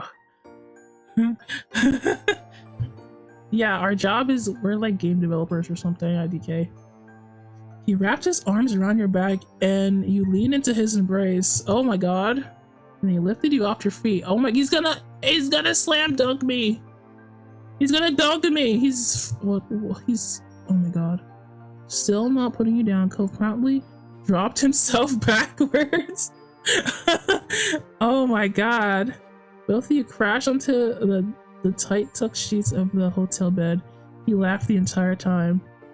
Cove bounced on the landing and absorbed most of the impact. You laid on his chest, feeling a little jostled. Oh, you prankster. Oh, you prankster. You absolute madman. You could have warned me. That was scary. I closed my I missed it. Can you do it again? I missed it. Can you do it again? I'm just gonna laugh. It's fine. That was unexpected, but absolutely thrilling. Your laughter only made him laugh louder. He smiled up at the ceiling, a thought clearly crystallizing. My dad used to think what? My dad used to do that kind of thing to me when I was little, sort of. Nostalgia was clear in his voice. It was a fond memory, and you felt something warm in your chest. Is it heartburn? You made a small noise of understanding that turned into a yawn. When Yov yawned in return, you pulled at the sheets until you were actually under the blankets. Don't let the bed bugs bite! That sounds cute. I always say that. Is it? It might be. Hey, so do you know why pigeons are called pigeons when they're actually doves? Cove? Cove, wake up! Do you know why pigeons are called pigeons when they're actually doves? Cove blinked at your random tangent. You yawned and continued talking, your sleepy brain happy to info dump. Pigeon actually used to refer to a young cheeping bird, not a species like it does now. Cove nodded along as you continued, seeming interested despite the random topic. The time he finished, he was watching you intently. Oh! I unlocked the secret code, and what do I do? What do I do? Don't me now. This is important. This is important. Oh yeah, I mean, why they automaji? Kiss lips. Okay. Thank you guys for telling me. Oh my god, eat their flesh. No wait. I don't think that's an option. For some reason, kiss him was auto-modded. I don't know why. Steam Elements is stupid. Anyway, okay, we'll kiss his lip. You shifted yourself closer that you could lean in. I'm shifting myself so close right now. You kissed Cove and felt his lips perk into a smile before kissing you back, obviously enjoying his goodnight kiss. Yup, you're such a good boy, Cove Holden. Cove wrapped his arms around you and you snuggled next to you. He let out a contented breath. You reached out to hold Cove under one arm and used your other hand to comb through his hair. This is fine. Nah, I'm still normal about it. The two of you relaxed into one another and neither of you would want to be anywhere else. I can't believe we're really here. You and Liz and everybody else are gonna be here in Sunset Bird again. I was staring at all the scenery going by while we were driving here. I honestly felt like we never left. He ran a hand down his face. I mean, in some ways, it feels like it's been ages and everything's different. Some of that is definitely because I'm staying at a hotel instead of being in my room at Dad's, but yeah. Oh, it's so weird. It feels natural to me. I don't even know how to feel. It's exciting. I just hope things go okay. Couldn't even put anything you felt into words. I don't think it's weird. I think it's exciting. This is I'm having so much fun. Doesn't it look like I'm having so much fun? Doki doki suru. Cove nodded. He understood completely. I'm looking... Where you looking, boy? A yawn forced an interruption in his statement. Cove was undeterred. I'm looking forward to this. So listen in. He tucked his head into your neck. He felt his lashes flutter close against your skin. Hey, so listen in. Same here. I absolutely feel the same. Yeah, you too, Cole Holden. Okay, so. Okay. We're good. No, I'm normal. I'm normal. His words were a whisper you barely heard. It might not even have been that exactly. You might have just been guessing. But always had a habit of mumbling. So do I, Cove Holden. It was okay either way, whether you heard it or only thought you heard. The sentiment was true regardless. Cove would see you tomorrow when he opened his eyes, and the sunlight returned to your hometown of Sunset Bird.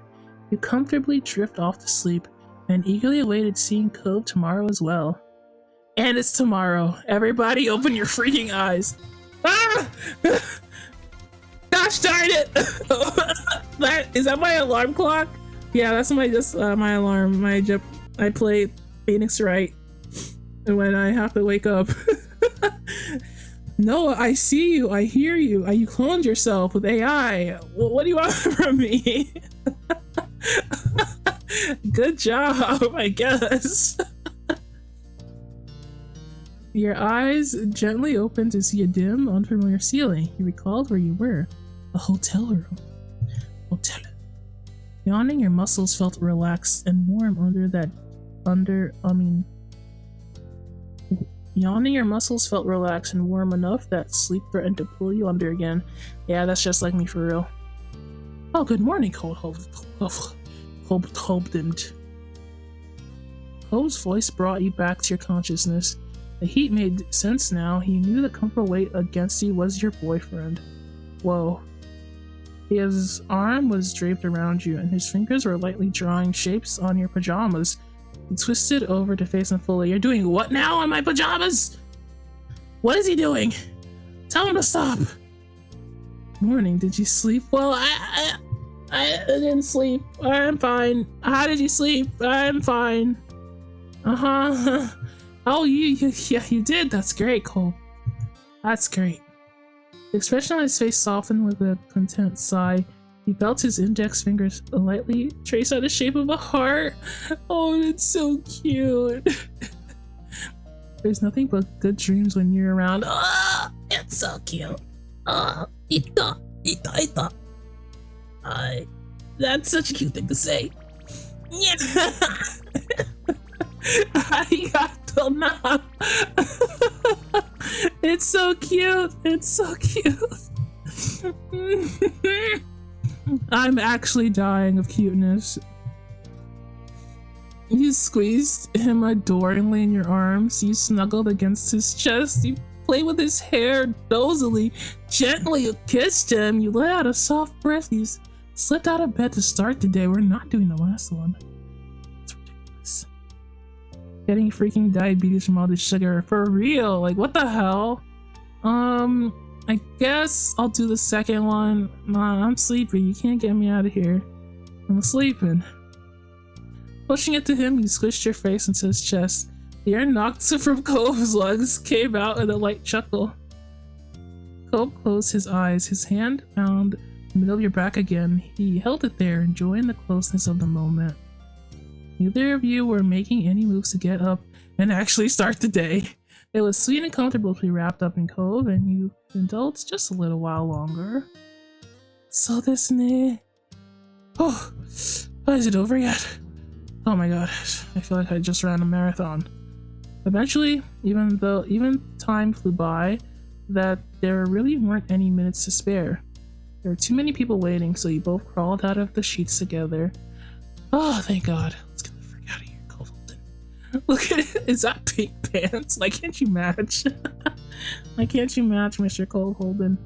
Standing up, Cove took a few seconds to stretch. He glanced over at you with an animated expression. I'm really looking forward to your mom's anniversary dinner tonight. It's gonna be fun. Oh yeah, we talked about that. Hold on a second. I gotta put something away.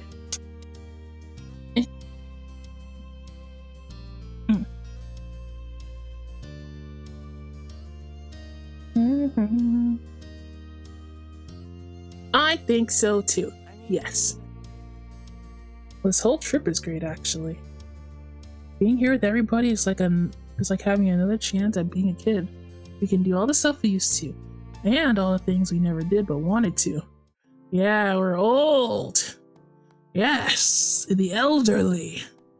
Oh yeah. Something about the way Clove worded that dug up memory you hadn't thought about in a long time. The first time you met his dad, and the money he offered you. Please, talk to my son. Please, I'm begging you. Here's $20, kid.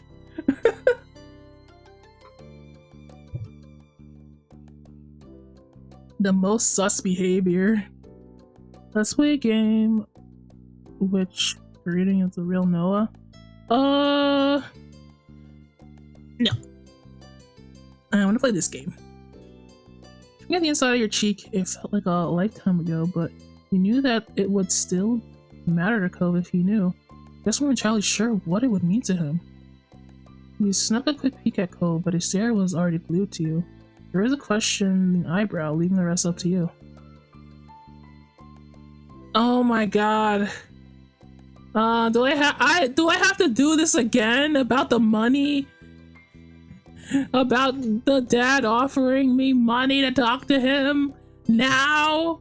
It's too early for this. Come on now. Actually, there's something I've been waiting or can't talk about. It's a funny story, truthfully, and get something off my chest. You never planned on telling him about that.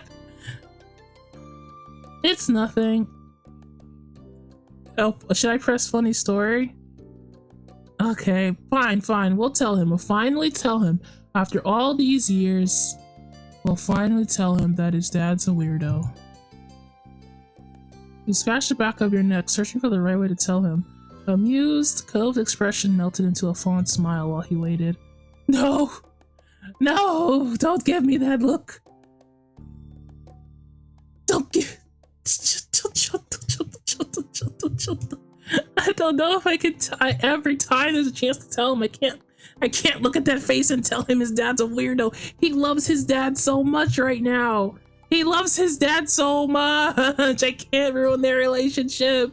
No, I have to lie to him. Little white lies that last for our entire life. What's the harm, Rebecca? Have you ever thought about it like that? It's not a funny story.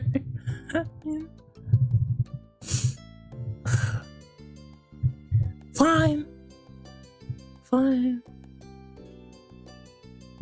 Well, actually, a ridiculously long time ago, the very first time I met your dad, he tried to pay me $20 to be your friend.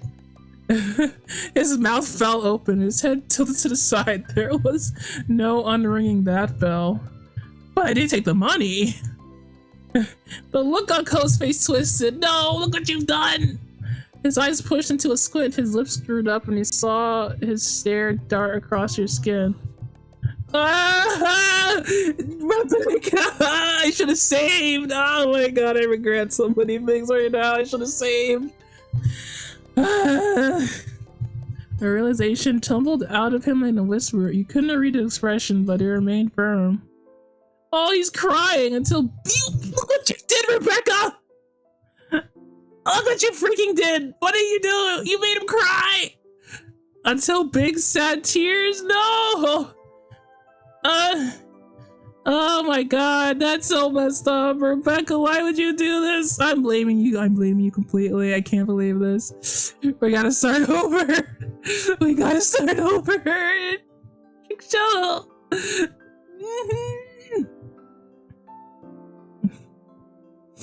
It's not okay. He'll be okay. No, he's a big stupid crybaby. No. How could you do this to him? You don't know him like I do, Rebecca. You don't get it. What do you say? Until big tears bubbled down his cheek, he flew a few steps forward, shocked and eyes wide with concern. And I am actually gonna perish in 2 million little pieces. It's really not so bad. It's okay. Shush, little guy. It's okay. You blurred out the words, absolutely needing to reassure him despite not knowing what needed to be made okay.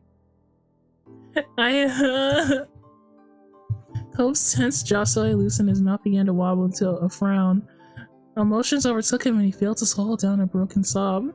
Nani, what's wrong with Cove? His tears pooling in his blue eyes intensified. They streamed quickly down his cheeks. Cove hung his head low and let them fall. Baby. Oh, it's okay, you little stinker. Yeah, I can't believe this. Gently, your fingers brushed his hair back, especially the pieces that are getting stuck to his cheeks. He lifted his head, meeting your gaze. It wasn't right away, but Cole eventually was able to pull himself more together. He straightened back and sniffled. What's wrong? You can tell me. It was just supposed to be a funny little story. He took a nervous step backwards to give him some space. He let out shaky breaths while he succumbed to his raining tears from his face. I'm not upset with you for what happened, or because you're telling me now. You didn't do anything. I actually feel bad for you. You had to keep a secret you didn't ask for, and it was for most of your life. That's why he was crying? Oh wait, he's an empath. You guys, we have been introduced to a true empath. Oh wait, felt like it was lifted off your chest. The corner of Cove's mouth hooked into a bent smile, but his stare was glossy with tears. Fine, you were right, okay? But I didn't expect him to start crying. He's such a freaking crybaby. I'm gonna freaking flick his nose again. I'm not mad at my dad either. Then why are you crying? Tell me why you're freaking crying. What did I do? His tone grew delicate again. His emotions were catching back up with him. It's just so happy with my life and about how it went. But so much of that, what happens with everything, is out of your control. There's stuff like this, my dad secretly offering you money to be my friend. Remembering those days when I was little and pretty much my whole world was decided by other people. Just really made it all hit. He's finding out he's in a video game, guys. We've woken him up. We told Cole about how his dad offered us money when we were kids. So talk to him, he started crying. And it was all Rebecca's fault. Especially because I'm finding out there was even more going on than I realized. Yo, he's realizing he's in a video game. He's in a simulation. He's realizing he's waking up. He's waking up. His bottom lip quivered and new tears ran down his cheeks. No! Is this working out? Does this like working out to you? It's so scary to think about. It would have been so easy for none of this to have ever even happened. Is this working out? I don't think so. Cove threw his arms to the side, trying to convey where you were standing. You had ended up after spending a life growing up together. He's breaking the meta, bro. What am I supposed to do now? What if my dad moved? He's existential crisising right now, Rebecca. What if my dad moved us to a different neighborhood? Or if I didn't move away with him at all? Or if my dad didn't care if I had friends or not? But it didn't go differently, and you were here with me. We're together, and my parents are still my very best friends, and I'm just really glad. Your legs felt weak under you during his confession, but you remained rooted in place. Both seemed to grow more confident. How do I get out of here? I'm feeling fight or flight right now. Nani! What? The door's closed. I'm locked in here. Tuskit. No. That's nice, Cove. That's really cool. Thumbs up, my friend. Wow.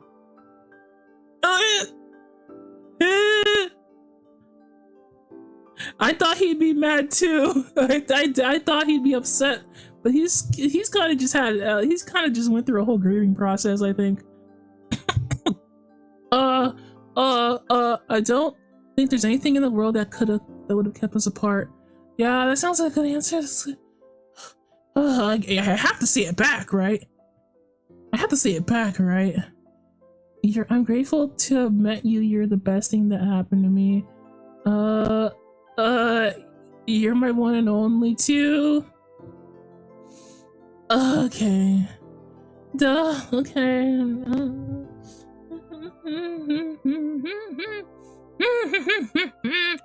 Wow, so many great options. Like 1 and 2 and 4. Oh, wow. Really good options here. I'm not. What are you talking about? I am just weighing my options here. I'm gonna say the first one. Right? Oh, where's the save button? Okay, hold on. Where's the save button? Let's just save that there. Okay. Where's the arm pat button? Where's the thanks, buddy? You too. You know what I mean? The words set a flame, a flutter in your chest that extended deep in the core of yourself. Deep down, you knew that it was the truth. And Cove were always meant to make it to this point. Yeah, it's true. Cove's voice came out in a delighted laugh, like he was in awe of you. His eyes watered again. I can feel that it's true. I know it. We're always bound to meet each other in this simulation. The shakingness in Cove's smile lessened, and it grew stronger, more assured. Oh my god, fine. Okay. Can I just hold his cheeks in my hands? What do I have to do here? What's the appropriate action? Help! Help me! Help! I'm dying!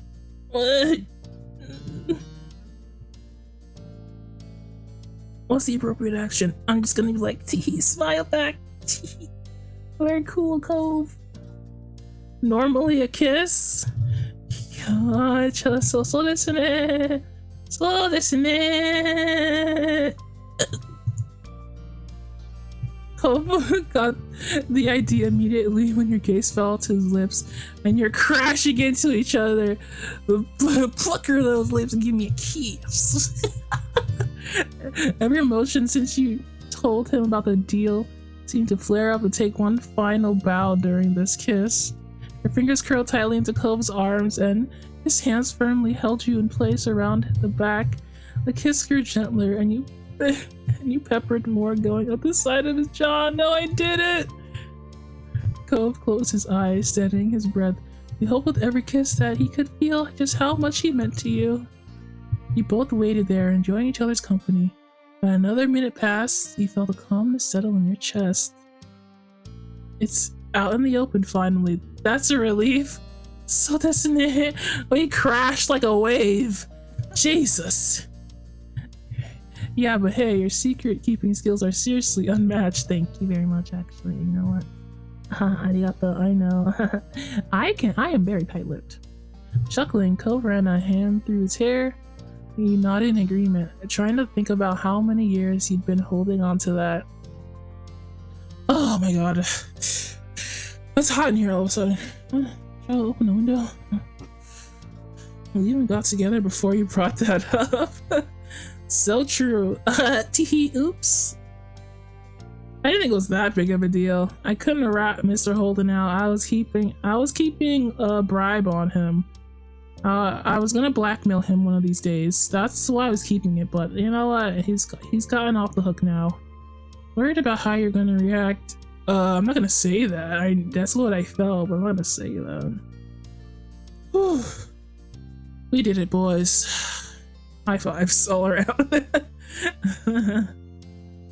Oopsie. Using your shoulders, you ducked your head down. He was right. You realized with a grimace. Yeah, he gets me. Peeking up at him, your body relaxed. The corner of Ko's mouth tugged upwards, and he lightly shook his head. Should have blackmailed him? That's what I'm saying, bro.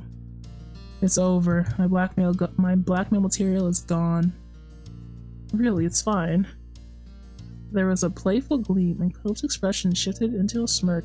He leaned forward, and you could feel the warmth of his breath. Are there any other confessions you want to make while we're doing this? Instantly, your skin felt like it was prickling and hot. Thoughts about dropping to one knee spun rapidly around your mind. Yeah. Wow. Okay.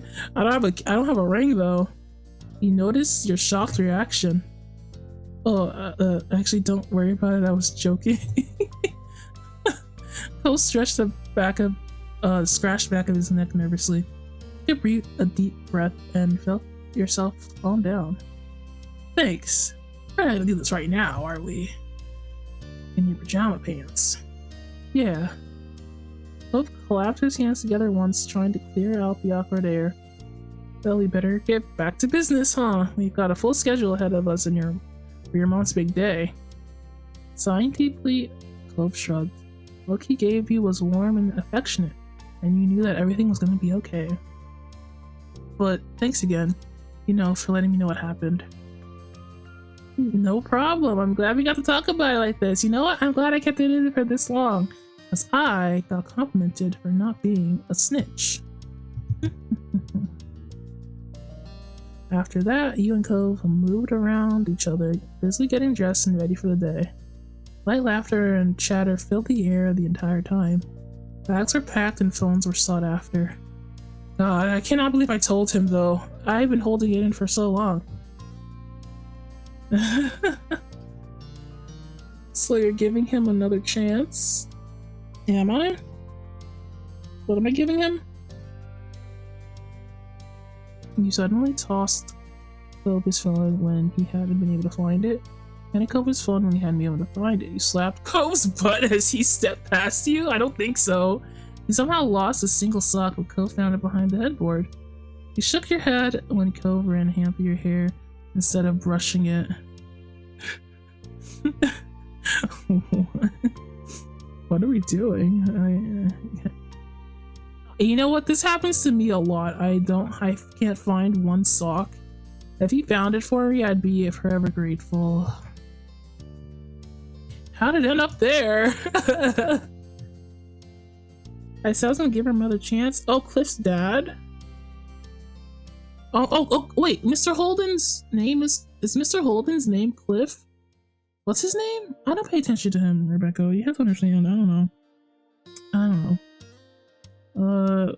I guess this is he owes me for this one. Right? I guess he doesn't owe me anymore. Dang it. No more blackmail. This is a worse loss than I thought it was.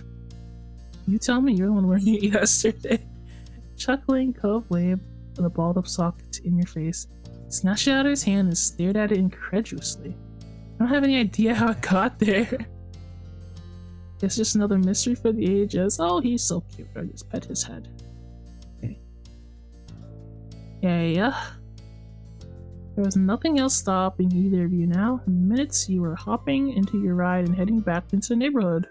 It's another beautiful summer day. Oh, the summer day music is happening. You couldn't resist rolling the window down so you could absorb it all during the drive. Phil sat across the seat from you, near the opposite window. His gaze was locked outside, catching all the old landmarks of vehicles passing. Who's driving? Do I know who's driving? Couldn't resist rolling the window so you absorb all the drive. Huh? Who the hell is driving?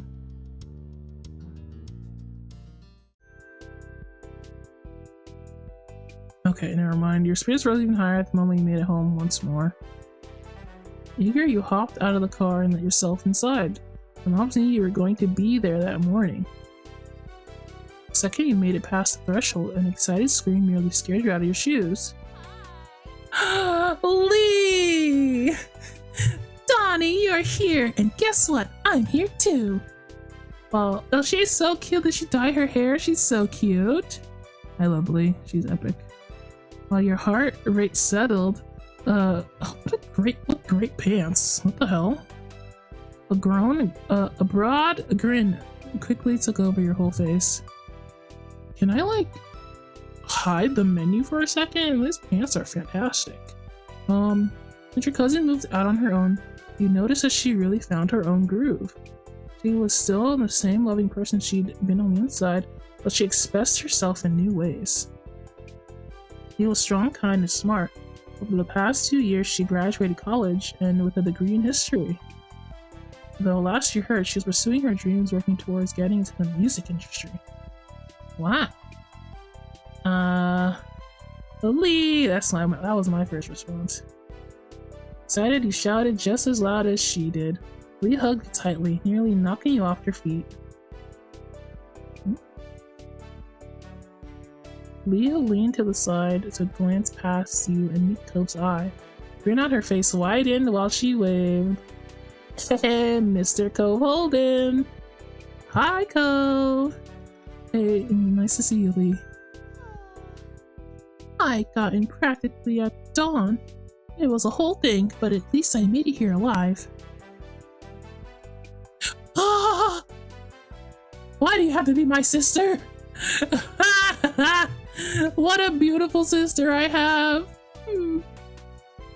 Lee exhaled and slumped her shoulders to emphasize how exhausted the ordeal was. Behind her, Liz made her way over. She crossed her arms at the scene. I'm here too, in case you're wondering. I'm always wondering if you're there somewhere. I can still hear your voice. Liz's lip twitched before smiling to a smug smile. She brushed a stray of hair out of her face. You make it sound like I'm always following you around. I have a life of my own if you weren't aware. I know, but when I'm home, I'm always keeping an eye out for my big sister. Old habits. Beauty! Who dressed these people? Why are they so stylish? How sweet. I miss the days of checking to see if someone else made it to the TV first, too. You laughed. Of course, that's what her mind would go to. Another friendly shout rang from the living room. It was as cheery as it ever was from the many times you heard it over the years. Good morning, family! Oh, I thought that was Mom. It was Mom. Your parents both came out of the side hall together. Morning. Now that everyone's here, I do have a little something to mention. Ma put her hand lovingly over her wife's. Mom leaned her head in Ma's with matching affection. Aww.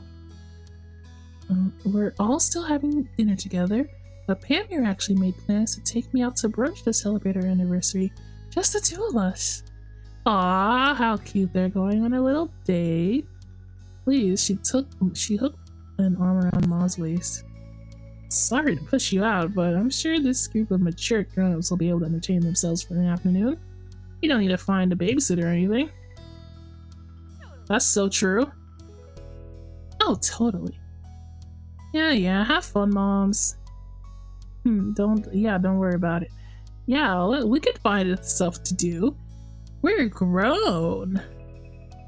We can survive that easy. Enjoy your brunch. This works out, actually.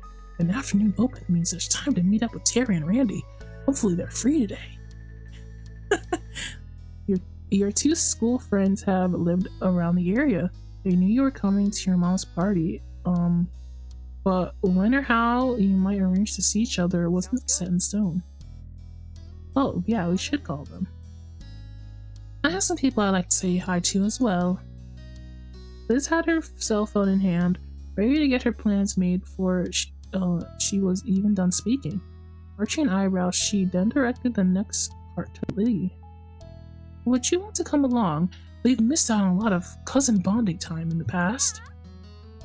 Yeah, I'd love to. I would be an honor to hang out with you, Liz. Aw. I guess you guys can go. I guess. His full name is Clifford Holden.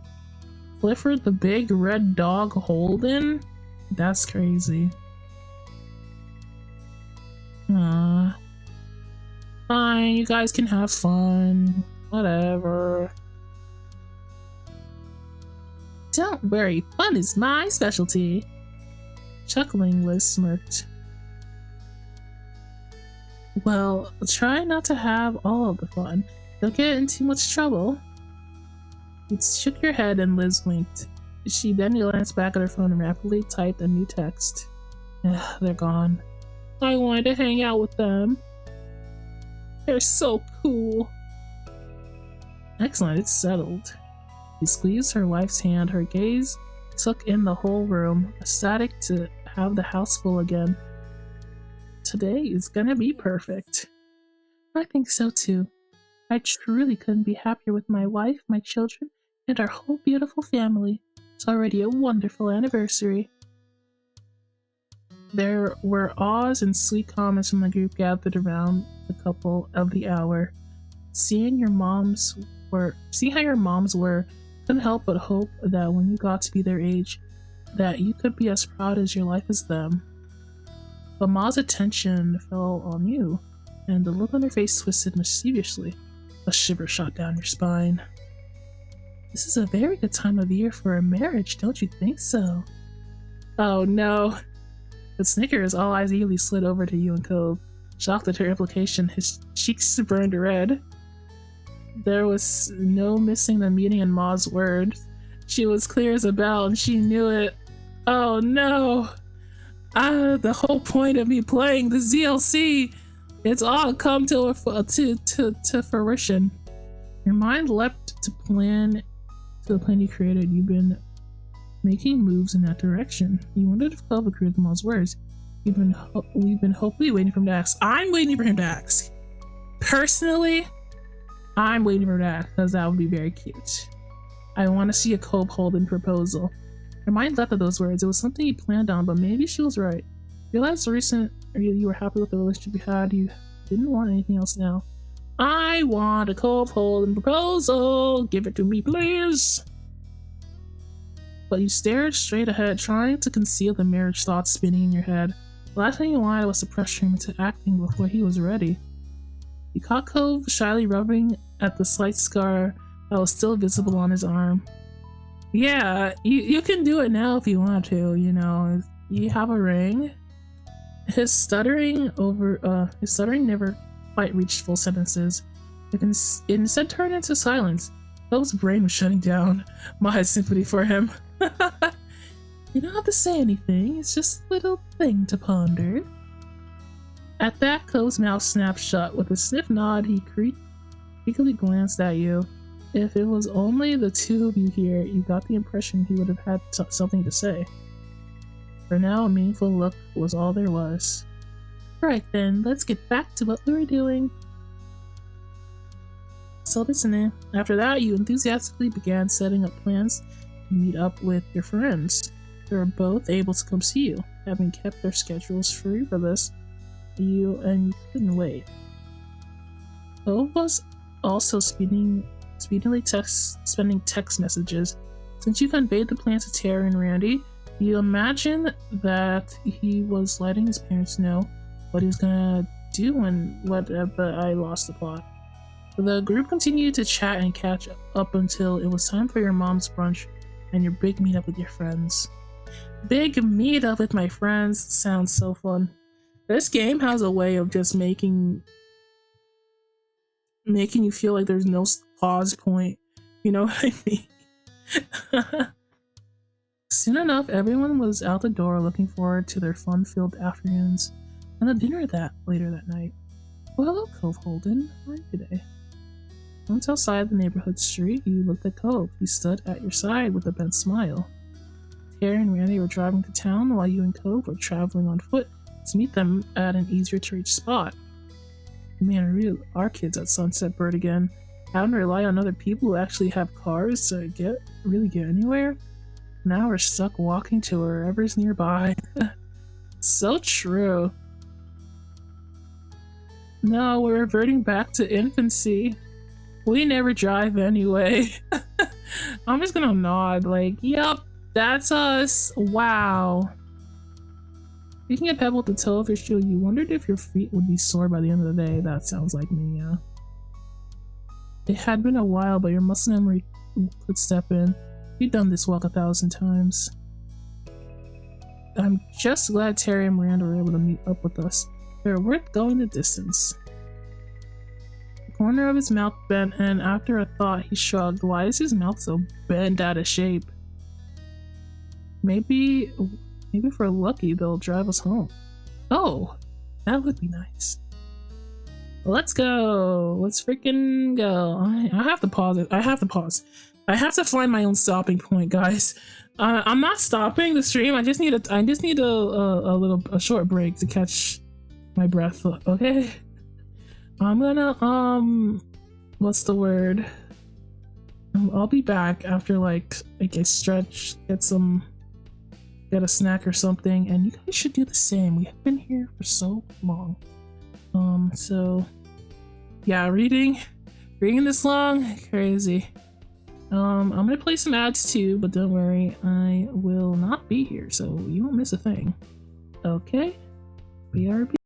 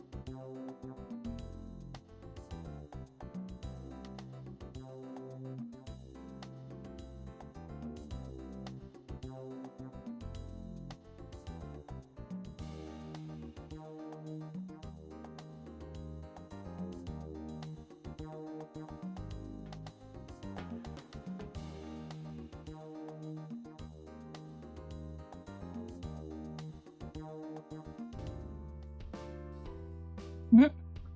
Donny Kokodayo. I'm back. How are you all? Did you have a good break?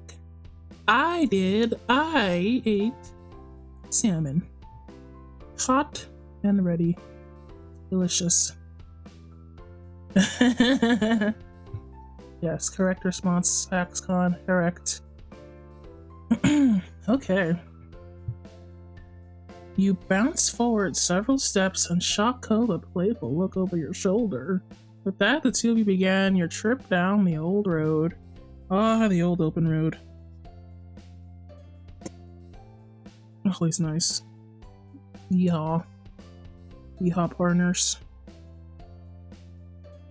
It was a casual stroll into town, and before you knew it, you were at one of the large parking lots in Sunset Bird. But it was completely empty. I remember this parking lot. It was empty last time, too. Just that you didn't want to draw any cars. I get it. Cove pulled out his phone, texting Terry and Randy in a group chat to let them know he had made it. Someone must have answered already because Cove gave you a status update while still staring at the screen. I thought the game was about to close on me. Oh my god. I wouldn't want to draw cars either. Yeah, I understand. No, I understand. Got it. I got it. Got it. I think my camera froze. Sure. Come on.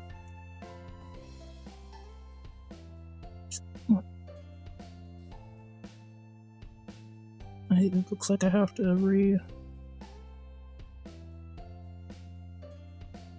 Where is it?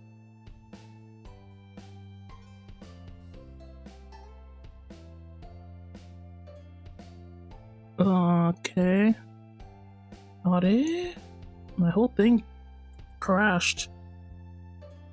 Boop.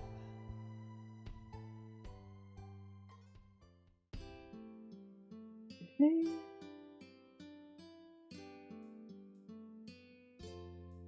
I disappeared. But only for a moment. I'm in another dimension, but only for a moment. It's just one of my demonic abilities.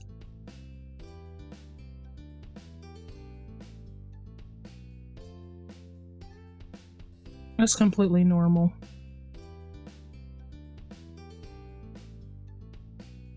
Is the stream lagging for you?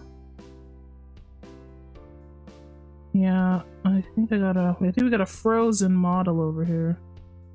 I don't think the game is frozen. I mean, it's still playing music. I'll close it anyway. I mean, it's not frozen. The game is not frozen. The game is running its very best.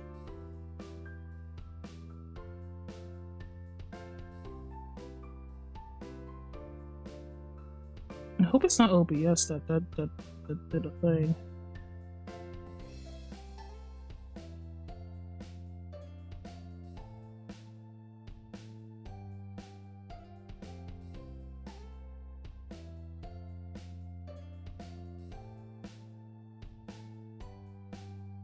No, that Eh? Eh?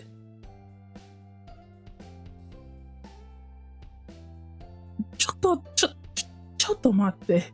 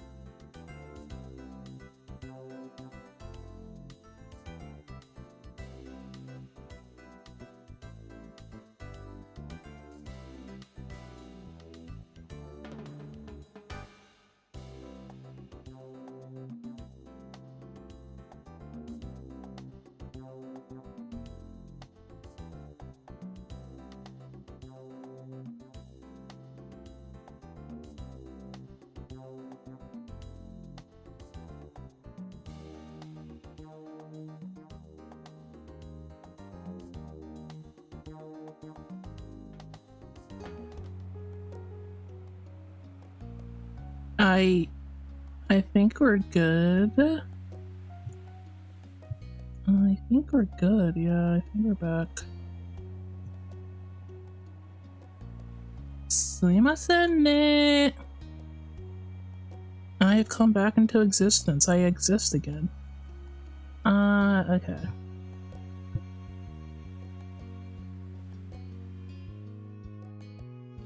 Yeah. Yeah. 大丈夫ですね。大丈夫かしら?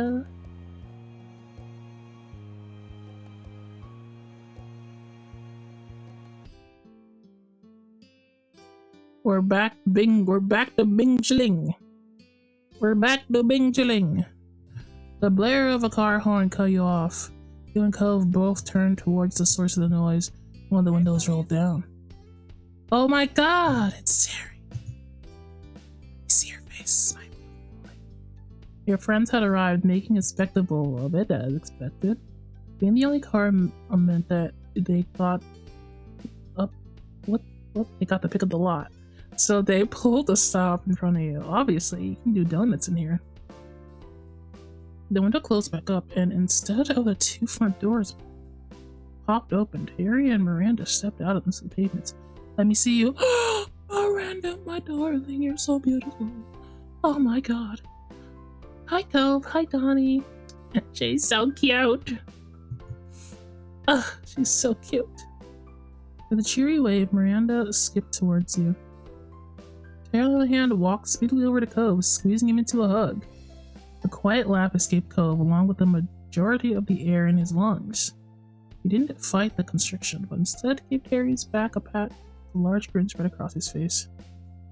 There he is! When he let Cove go, Terry came right up to you.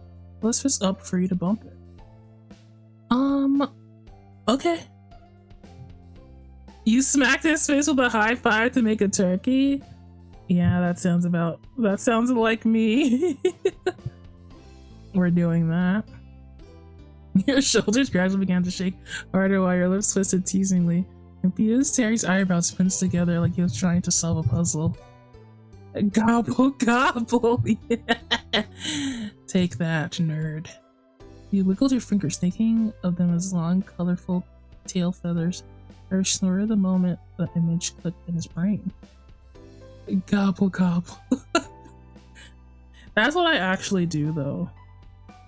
I don't think of it as a turkey, though. I think of it as a snail.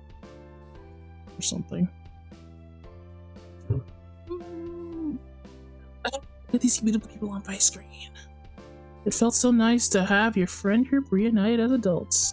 Harry was currently full-time lifeguard at at the busier beach town. At the busier beach a town over. You were proud of him. He'd helped a lot of people in his line of work.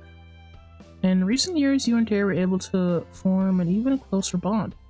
He was reassuring to have a friend who knew what it was like to go through changing parts of their identity. You could go to him for understanding and you knew that Terry felt the same about you. Miranda took Clove's hand and one of yours in the other.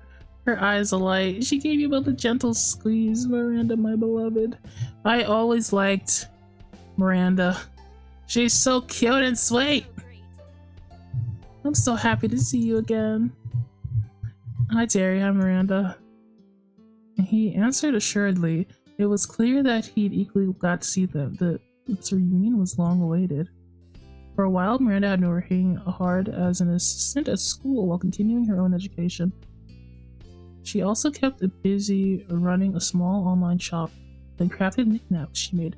I remember when Miranda was yay tall, and she was freaking so shy. Dang, girl.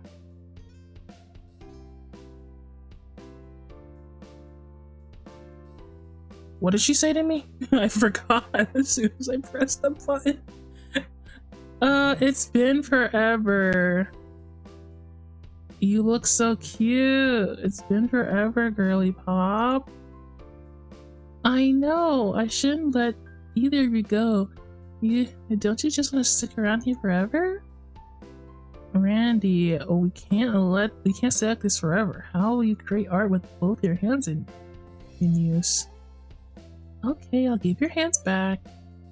Then release your hands, giggling. She eyed you both carefully. So how have you been? Things have been nice. They have been nice. We're all nice. We're all having a good time, aren't we, guys? Everything is perfect.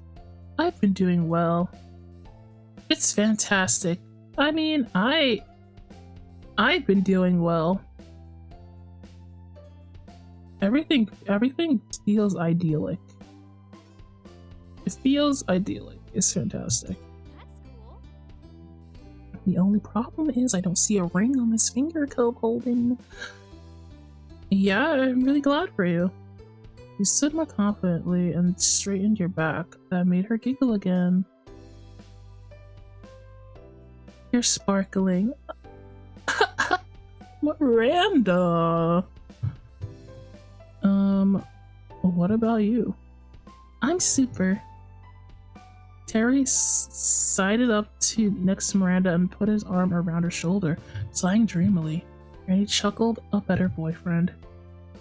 Yeah, things have been unbelievable. And he pressed his cheek against Miranda's and she let out a light squeak. The sight put an amused grin on your face. Your friends made a wonderful couple. They knew each other well and cared about each other so much. It was no shock at all when you heard the news that they started dating. The corner of your mouth curled playfully. It should have been me, Miranda! It should have been me! Sorry. The corner of your mouth curled playfully while you took in the warm welcomes all around. At times, it was still kind of funny how your 4 friends evolved into 2 couples. I guess that's what happened, though. Not that you were complaining about it, you thought it was an amazing thing. Elvin pulled his phone out and peeked at the screen. He did the motion every so often. Man, I feel that. There's a curious eyebrow at his usual behavior. Are you playing? If it were me, I'd be checking my notifications on my Love Life School Had a Girlfriend account and my many other phone games. Phil was too focused on whatever he was doing to even notice you noticed him, which was even stranger. What is he looking at? Is there anything either of you want to do while we're here? Any place you want to see? I'd be up for a lot of things, but actually there's something that I want to do right here. Huh? Why does it keep blinking out of existence like that? Should I be doing something about that? Oh yeah? What is it? Yeah, what is it that you want to do right here, right now? Nani sore. Terry poked at Cove's arm playfully. Miranda met your eye. Only asking if you had any idea what Cove was talking about. You shrugged. I just want to see my friends. Huh? Cove, you're already doing that. True, but I could be doing it even more. What is he up to? You, Terry, and Miranda all turned to Cove with identical, incredulous expressions. Stair moved to a point past you 3. You heard the scrape of sand and gravel underfoot. Someone else stepped in the parking lot, startled you, jumped at the call of the warm voice shouting over. That's not Baxter. I guess we haven't seen Baxter in a while. Hi, Derek. Looking great, my guy. Running his hand through his hair, the person who crossed the lot was unmistakably Derek Suarez. He was beaming the whole way. Hi, Derek. So happy to see you. Hi. It's been too long, even though it hasn't actually been that long. Well, long enough. Well put, Derek. Nope. I'm just gonna wave at him. I'm not that excited to see him. Good day, Derek. Hello. Stunned, the only thing you could think to do was wave hello. Amused, Derek bashfully scratched the back of his neck and waved with his other hand. Me? Who are you? He spoke to you gently. He sounds so He sounds really jacked. You were thrilled just being there, reunited with him. Derek was a good friend of yours, and he had been for a long time. I wonder what everybody's been doing. Everybody's so healthy. Yeah, hi, Derek. He waved over at Terry and Miranda pleasantly. Over the years, they all had met several times in passing, simply through being friends with the same people. So listening. Sup, big man? Sup, big man? Hi, it's great. It's great you could come. Elf put himself next to Derek. Happy, he clapped a hand on his friend's shoulder. Who's taller? It's definitely Cove. He's so tall. Hi, thanks for coming. Of course, thanks for inviting me. Sheepishly, Cove looked back at you and the others.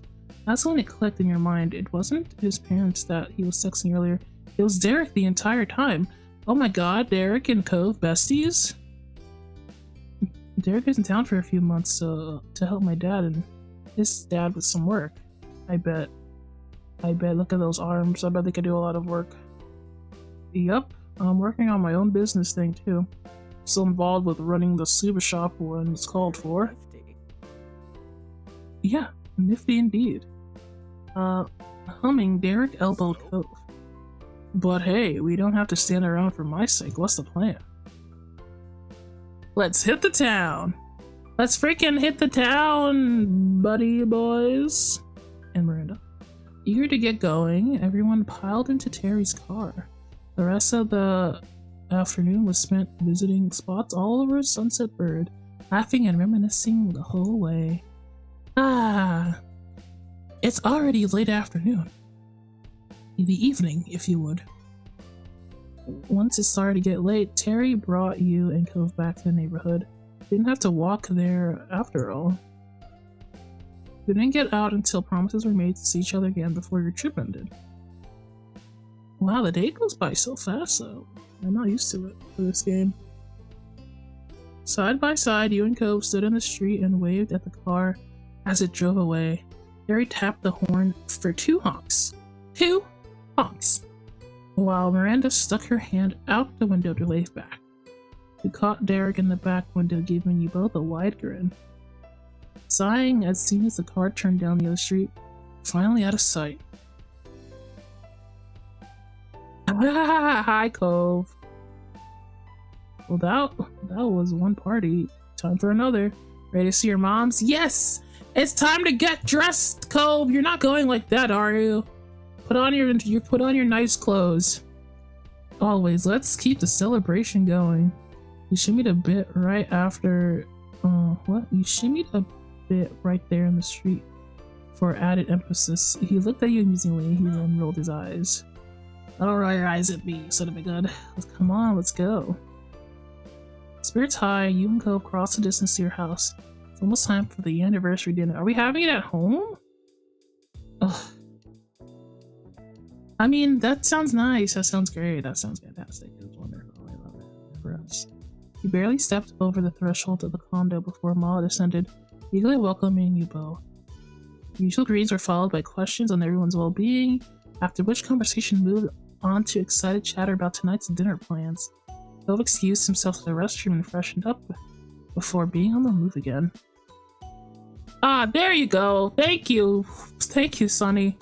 No undershirt, huh? A choice. When he returned, you were shocked to see he had entirely changed outfits. I was like, I'm just gonna splash some water on my face. Comes back with a whole new outfit. Where were you hiding that? Yeah, where did that come from? I packed it with me so I get dressed before the dinner without having to go back to the hotel, didn't you? Or maybe have stuff still here at your mom's place? No, Cove, I didn't do that. Well, your mom's party, it's at the country club. You don't have to tell me that! They didn't even give me a choice to be prepared. I would have been perfectly prepared. And that's also where Liz took golf lessons. Not everyone is in their Sunday best. It'd be different if we were going to one of the club's parties, but we're only going for a regular meal. It's a good choice. I like that he changed. I don't think, I mean, I wanted him to change, but why can't I change? Whatever. Gove was befuddled by your explanation as you were with his actions. He threw his arms up, desperate for understanding. How can you not dress nicely for a country club? I don't know. Gove, I don't know anything about this place. I'm just I'm just LARPing as a rich person right now, okay? I don't think the Cypress is as special as you decided it is. You saw Ma, she isn't in formal clothes and she's one of the guests of honor. Now he's embarrassed. Why are you saying that? Just be happy he dressed up, you nerd. Who was talking? It's not me. I didn't make a decision to say this. His frown wobbled and his cheeks became far pinker. He looked down at his own self regrettably as he pulled the cuff ends out of his shirt. Now you made him insecure. Oh, come on. Who is talking right now? It's not me. He seemed like more like a scolded child than a grown man dressed for the latest charity gala. I thought she was gonna get changed while you and me were... Oh my god. I finally get a choice here. Oh my god. It's okay, you look very nice. Mom, no way, she need a lot more time than that. You're such a cutie, I love how much of an idiot you are. Why would you say that? Who is this? He shrugged, no comment needed. He patted his arm currently. Well, it's okay, you look very nice. That's what you say. That earned you a sheepish smile, though he secretly wished his look hadn't garnered any extra attention. Those eyes stole a glance at the hall, as if he was calculating if he'd have time for another quick change. Unfortunately for him, it was not meant to be. We're leaving Cove, Holden. The time to head out came far quicker than you'd expect. Mommy! Mr. Holden. And Kyra swung by the condo to make sure everything was in order. And for a second, surprised that night, Mr. Holden was also in formal clothes. They're the same person. Cole's face excitedly whipped towards yours at the same time as Mr. Holden went to Kiara's. The two men pointed at one another. Same hat! Same hat! What a cute dad-son moment. Oh my god. Exactly, Sport. Kyra was talking to me like I was crazy. The aforementioned Kyra placed a hand delicately yet dramatically across her eyes. Clifford, our son only knows this because you're the one who raised him. Mr. Holden chuckled, his arms moving to scratch the back of his neck. Jesus, well, who put the hot people on the screen again? What's happening? Yeah, that's my boy. The end of Cole's mouth gently bent up. He truly was his father's kid, in more ways than he even realized. They may be the only ones in the group, potentially the only guests of the entire club, all gussied up. But at least they could now take solace in one another. That looked to be good enough for them. They look the same age! Okay, sorry. They look literally like they're friends in high school or college or something. All the Donuts family, as well as the honorary members, Cliff, Kyra, and Cove, headed out to the same time to the Cypress. What a beautiful country club. Let's have a nice dinner. It was to be a perfect reunion. And an impeccably smart host greeted you on arrival, smoothly leading the way to the seat of the table reserved for your group. Once you all settled in, chosen drinks were poured into delicate glasses. The food would be coming out later, letting you soak up the atmosphere for a little longer. Smiling, your parents faced a group of familiar faces, all gathered here together to share a special day with them. Mom reached over and took Ma's hand, clasping it between both of hers. Oh, what a wonderful event this is. Thanks for being here tonight, gang. Burying this lady right here is the best thing I've ever done, and there's no one else I'd want to celebrate that with. Her accent, I just imagine to be, either like Minnesota, like, or a country accent or some kind of, like, I just imagine her to have an accent like that. Yes, we're so lucky. Not only do we have each other, but we've got such a large and loving family through all of you. Around you, you heard people saying, "Aww," and chuckling appreciatively at the comment. Leah claps her hands tightly in front of her, her eyes shining. Kira kira na. Your eyes met Liz's misty ones, and the affection she had for her mom's carried over you too. Oh, it's so beautiful. Oh, it's so beautiful. Oh, kawaii na. This is special. This is a special moment. You returned your attention toward the happy couple just as they leaned in to kiss, smiling all the while. The table responded with cheers and clapping, shouts of "Happy Anniversary!" and other congratulations continuing even after they'd broken apart. Mom beamed as she watched Ma giggle dreamily. Oh, they're so cute. Oh, hey, hi, Cove. Cove's head snapped up suddenly and he placed both hands flat on the table. What's going on? What'd your dad do this time? Dad! He narrowed his eyes as he stared at his father. I know what you did. What did his father do? Cliff's eyes were wide as he glanced around nervously, looking genuinely confused. Is he gonna talk about? I should not have talked about the $20. This is about that. I'm literally gonna cry. Okay, come on. What is it about? What I do? Ah! It's coming back to haunt me! It's coming back to haunt me! Ah! The $20! I knew it! I knew it! I knew it! No! Okay. You offered Donny $20 to be my friend. No, this is why we keep our mouths shut.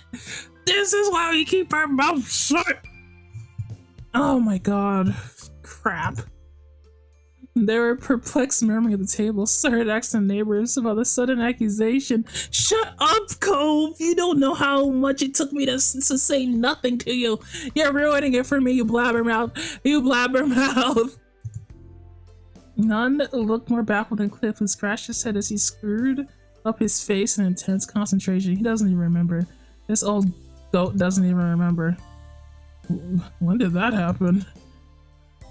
Phil threw his hands up in the air. Behind him, you saw curious glances heading your way from nearby tables. You're all embarrassing me. All of you are embarrassing me in front of the fictional people that I can't see, and I'm tired of it. The first time you met. The memory returned to Cliff. He saw it clearly in his expression, which flickered like an old dusty light bulb from sensitive to realization. Oh yeah. Oh yeah. Oh yeah. Yeah, whatever. I remember that. He winked at you. Cove! Oh, Miss Cove, get your dad. Get your dad under control. He winked at you, then plastered a sheepish grin before turning back to his son. Oh my god. Why do I put up with this? That's starting to ring some bells. My old master plan. Sorry, sport. Sorry, sport. Cove slumped back down in his seat, the fight leaving him in face of his father's total lack of shame. Sighing, he shook his head. Apologize to Donny. Don't apologize to me. I don't care about your apology. His expression was somber as he looked you straight on. He's usually so laid back, especially now that Cove was old enough to get himself out of most trouble. It's a little unnerving. He opened his mouth. You brace yourself for this apology. Better not apologize, old man. Instead, he gave a thumbs up. Thanks for letting me get away with it this whole time. You're my true ally. No! No, now I've all these years. All these freaking... all these no, wrong button. Was it this one? Yeah. All these freaking years, Cove, I've kept it away from him. And Cliff, your name is Cliff. Ah! I don't know how to feel about this. I actually don't know how to feel about this. I have gone back to hating this man. I can't stand him. Why would he do this to me? No. I'm not your ally, you old man. Oh my god, Dad, indeed. You looked away, bashful about the attention. That's what I'm gonna do. Yeah, I looked away. Don't look at me. Don't look at me. I'm an assistant to murder. I killed my own self. I feel lightheaded. What did I just do? My whole life. What did it all mean?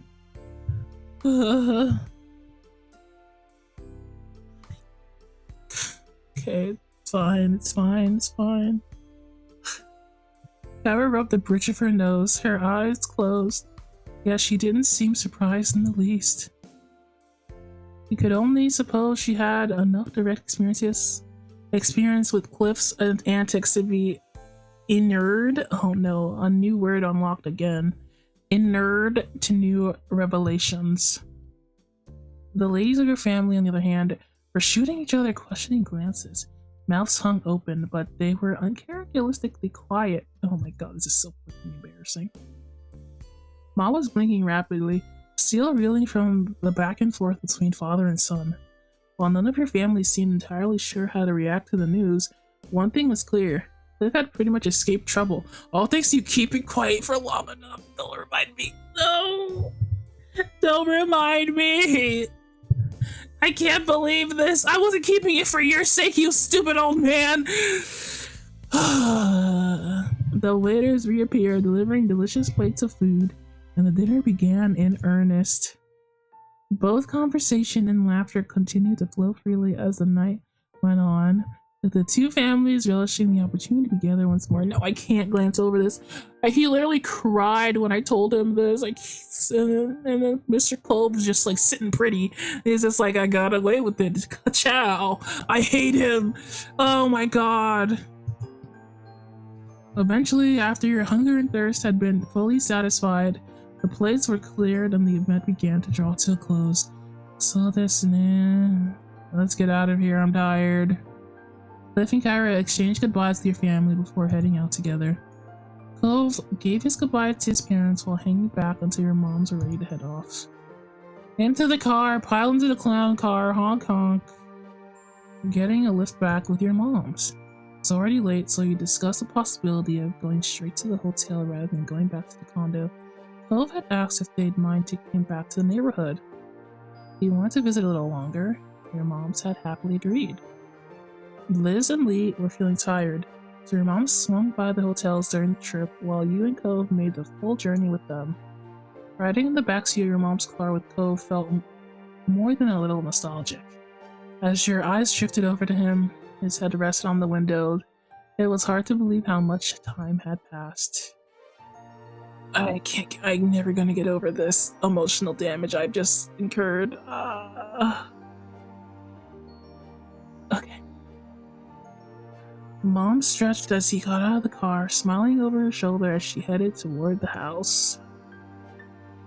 Time to put my feet up. You two joining us? Cove shook his head. He probably wants to go to the beach, right? And no thanks, it's your anniversary. You don't have to entertain me. I'll take a walk. It's never any trouble to have you over, Cove. Let him do as he pleases, Lonnie. But you better not stay out too much later or you'll be in trouble. Ma chuckled as Mom waggled a finger, her expression exaggeratedly severe as she reprised a role that, in truth, she never really played. Neither of your parents had been particularly harsh as you'd grown up. Ma joined in the act. Don't go too wild just because there's no school tomorrow. So, come on, there's no school tomorrow. You can do whatever you want. Laughing, they made their way inside, leaving you standing out in the dark street with Cove. You didn't even need to ask him why. You already had the answer for this. Wasn't ready yet for the day to end. Without a word, Cove began to stroll down the road. You walked alongside him. The mermaid wants to return to the sea. I understand. You'd known your destination long before you arrived on the dark and utterly deserted beach. There are no lights down here, nothing but the moon and the stars for illumination. The only sounds were the gentle waves rolling in and out, the soft sound of the footsteps you left in the sand. In other words, it was perfect. Perfection. This is what it looks like, everybody. Cove stepped out into the waves without a word. He looked up at the sky with a smile, then tucked his head down and began to pull his fancy shirt off. Okay. Oh, wait a second, put your fancy shirt back on! Put it back on, please! He tugged it over his head and lobbed it backwards, further up the beach and out of reach of the waves. I did not realize.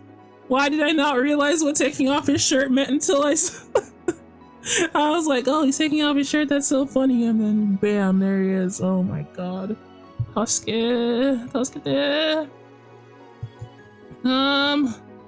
What are you doing?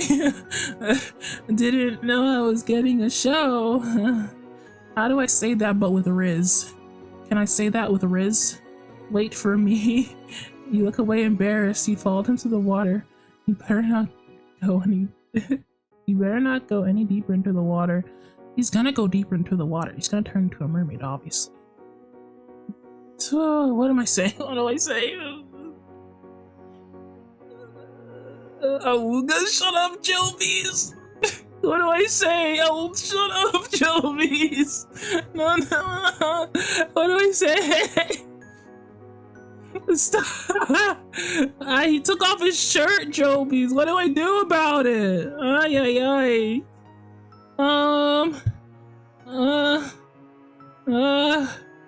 I don't want to look away embarrassed. What's the rizziest answer? What's the rizziest answer? Tell me. Didn't know I'd be getting a show is such a funny thing to say. But okay, I'll just say it. I'll just click it. It's whatever. It's just one click. What could happen? Cove froze, his arm still raised from when he'd thrown his shirt. Oh god. Slowly, he came back to life, stiffly pulling his arm back down. Your commentary had made him self-conscious. What have I done? Laughing, you clapped your hands and delighted his awkwardness. Why do you take off your shirt?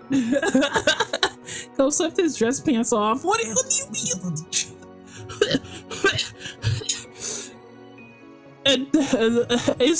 I'm sure he has trunks under there. And tossed them back in roughly the same direction as his shirt. He was down to just his polka dot boxer briefs.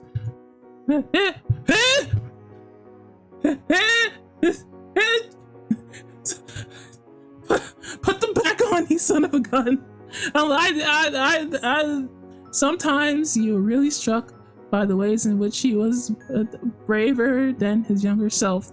That was definitely one of those times.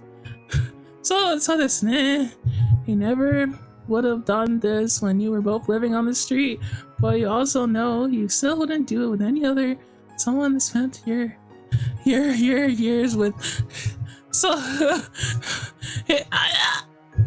you took off your shirt so that you could swim. Yes, I didn't care if your clothes got wet. If you thought it was so wild that Cove was gonna actually swim right now. Jan, help me! He took off all his clothes, Jan! Bacana! I thought it was a family-friendly stream. You're wrong! You're wrong! I guess I'll... No.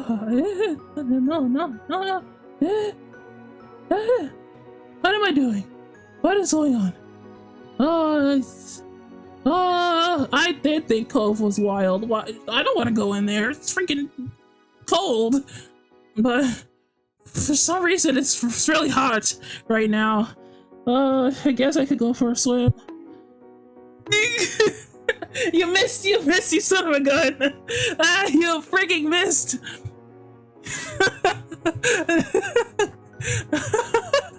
I don't stop applauding, Joe, please. I'm trying to decide something. Hold Hold on, this is important, this is important, this is important, this is important, this is important, this is important. What are we doing? The bonk loaded for me. It just didn't hit me, you missed, nerd. I saw it on the screen, you must have missed it. Okay. You can go in the water by yourself. Cove waded further into water until it came up to his chest. Yeah, I'll just watch. I'll just stand here, back here, watching you doing that. You marveled as Cove turned around in the water, his exposed shoulders glistening under the moonlight from where the waves had splashed around him. No, no, no, no. Cove grinned and waved at you from the sea. Ha! So desu. Hi! You're gonna be in so much trouble when my mom's when we get back? Cove shrugged. He was enjoying this too much right now to care. Oh, wow.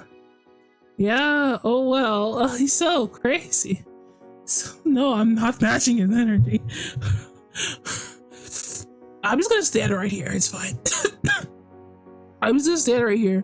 Think fast. He splashed water at you as soon as the words had left his lips, giving you no time to prepare. Yeah, stop that. You managed to turn just enough that your back took the brunt of the onslaught. You were still wet now. Dang it. Fine. You kicked water back at him from the shore and you ran away. You're a child. Do I get in the water? Fine, I mean, like, fine, I'll get back a little bit in the water.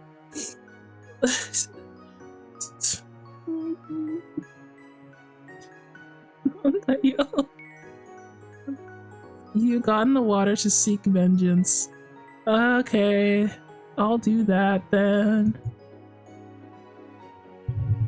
It had come to this. You strolled out on the water, ready to take your revenge. Cove watched open-mouthed as you approached and began to back away as he realized your plan. It was too late.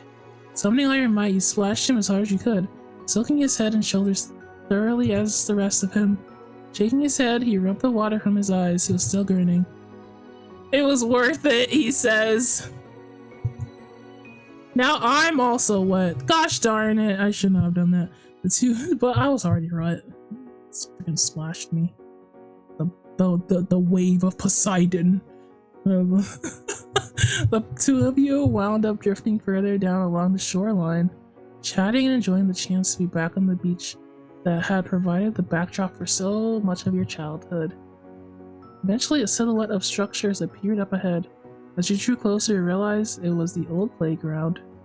Will spotted it too and hurried towards it, dragging himself out of the water and heading into the park. Oh, we're at the park. Great, I hope I don't get freaking sick. What is this sad music? Wet sand coated his feet and lower legs with every step, clinging thickly enough that it began to resemble a bizarre pair of boots. As you followed him, you wondered how many visitors to the park got these days. There were officially no children living in that neighborhood now. Put on your clothes, Cole, please. Cole gazed at his surroundings in a wide-eyed awe. He didn't care at all that he was soaking wet and only dressed in his underwear. He's so stupid!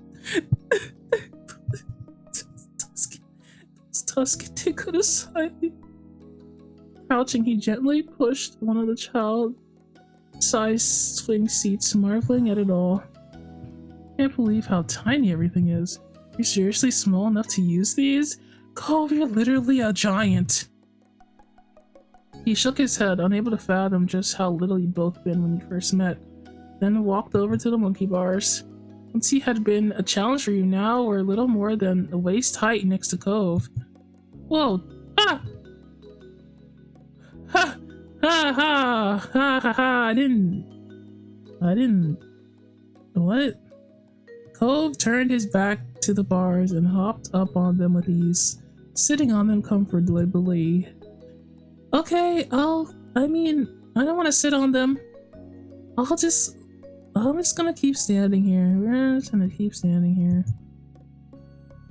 It was strange seeing adult Cove juxtaposed with the baby playground. The place had been something so exciting to Cove back when he first arrived, and then apparently it was to this day. Cove smiled eagerly as he approached, kicking his feet up in the air happily, briefly forgetting the low vantage point until the tip of his nose scraped along the ground. Oh, Donny, did he go upside down? He continued to swing his feet, but with a little more care. He thought it was adorable. Well, yes, he is adorable. I love the tattoo. Like, that's the coolest freaking tattoo I've ever seen in my life, and I'd never seen something like that in real life. It's so good. It's all colorful. Okay, sorry. In this moment, you were home. It just so happened to be a place where you'd grown up, but really, anywhere could be with Cove. Anywhere you could be with Cove was that for you. You had a special place in your heart for so long, and so much of your life had been shared. So listening. You'd grown up on the same street, which had given you some common ground, but it went far beyond that. You'd both chosen from a young age to share your life with each other. You wouldn't have it any other way. Here we go again. Here we are. The mood had shifted now. Why? What? Into what? The funny, impulsive night beach trip, the spike of adrenaline that came from you playing in the water under the moonlight, has settled into something quieter and more nostalgic. Okay, nostalgic. Cove leaned back, tilting his head toward the sky to admire the stars above. Too bad I wasn't able to bring my surfboard along for this. Oh yeah, he does surf. Why didn't you bring your surfboard, Cove?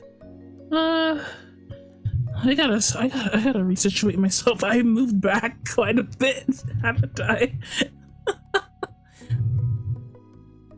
Okay.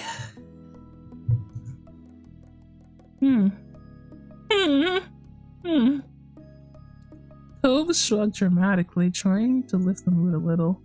But then it was really nice. It was great to do all this. The smile he had when he spoke those words fell as quickly as it appeared. It went by so fast. We all came out here for the party and it's over. Liz, Lee, our parents, will all be going back to our own things now. But what else can you do except say it's okay? Guess it's part of growing up. Yeah, it's already over. That's so sad. This place, these people, they're our foundation. It shaped who we are now, like making castles out of sand. I owe a lot to Sunset Bird. Whoa, man, I'm 14 and that's freaking deep, brother. His eyes crinkled fondly, and Cole's voice was gentle when he spoke again. We had a good childhood, I think. I think our childhood was perfect. I mean, we lived in kind of a paradise a little bit. I mean, your parents divorcing was pretty bad, but for me, it was pretty good. That was pretty good. I think so too. I'll always remember our days here. Wow, you're sounding so old. No. He simply shrugged. We're really lucky. Yeah. Yeah. He shook his head, sighing heavily. Alright. His smile took a playful twist. You better get home before your moms ground us. Where are your clothes? Our bonds are deeper than the ocean? Is that what you're trying to say?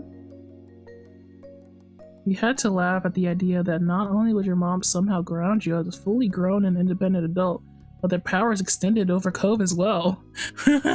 As much as you were enjoying being back here, Cove was right. You had to accept that you need to go now. Put your clothes back on, please. I'm begging you. It was late, and your moms were still expecting to see you before you got a ride back to the hotel. Cove hopped down from the bars, landing easily on the ground, only a short distance below. Before you could return, you had some clothes to retrieve from the beach. You re-trod the same path, following the footprints down to the shore you left in the sand only a little while earlier. Once Cove scrounged up his abandoned clothes, you started to walk up the path home side by side. Oh, he's still naked. Droplets of water slipped down your skin and you fell into the road as you made your way back to your mom's house. Can you at least put your clothes back on, Cove? Please! As you and Cove were soaked and sandy from the earlier adventure, it's lucky that you were leaving quite a trail in your wake. But you seeing Cove's bedroom growing up, it was only natural for him He used to be so much more timid than this. He's too comfortable. The air was slightly humid, already pleasantly dense with moisture that felt like a hug as it closed around you. Any footsteps that were left behind would take longer to dry in this weather. Signs of your adventure might even be visible when the sun came up the next day. You hope so. You quite like the idea of you and Cove leaving your mark on your hometown again, even if only for a little while. That's a weird thought to have. Is that just me? Despite being out late and in Cove's case, mostly undressed, the balmy summer night prevented you from feeling any chill. You were entirely comfortable. In truth, you felt warm inside and out. The day had been so lovely, spending time with friends and family, and your eyes drifted over to Cove. Cove Holden, your boyfriend. Just seeing him brought a smile to your face. Where's the close button? Oh my god. Oh no! Me and Protag-kun are not in the same brain right now.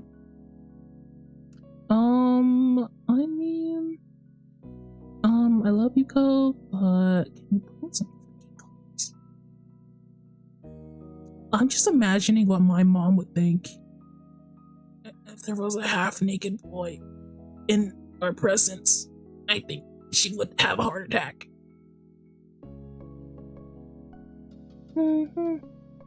I still hadn't said it to him yet, so I guess I'll do it now. Oh, hi Angelo, you have come at a interesting time. Welcome to the stream. I hope you had a good one. I'm making a little decision.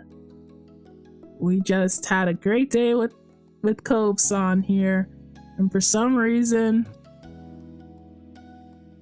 he's there. Okay. What a great bundle of choices we have.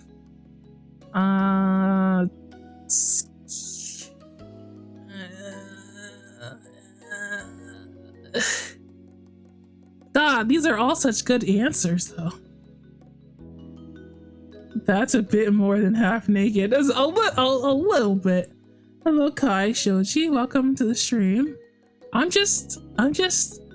have to make a decision quickly, but I can't. I'm stunlocked.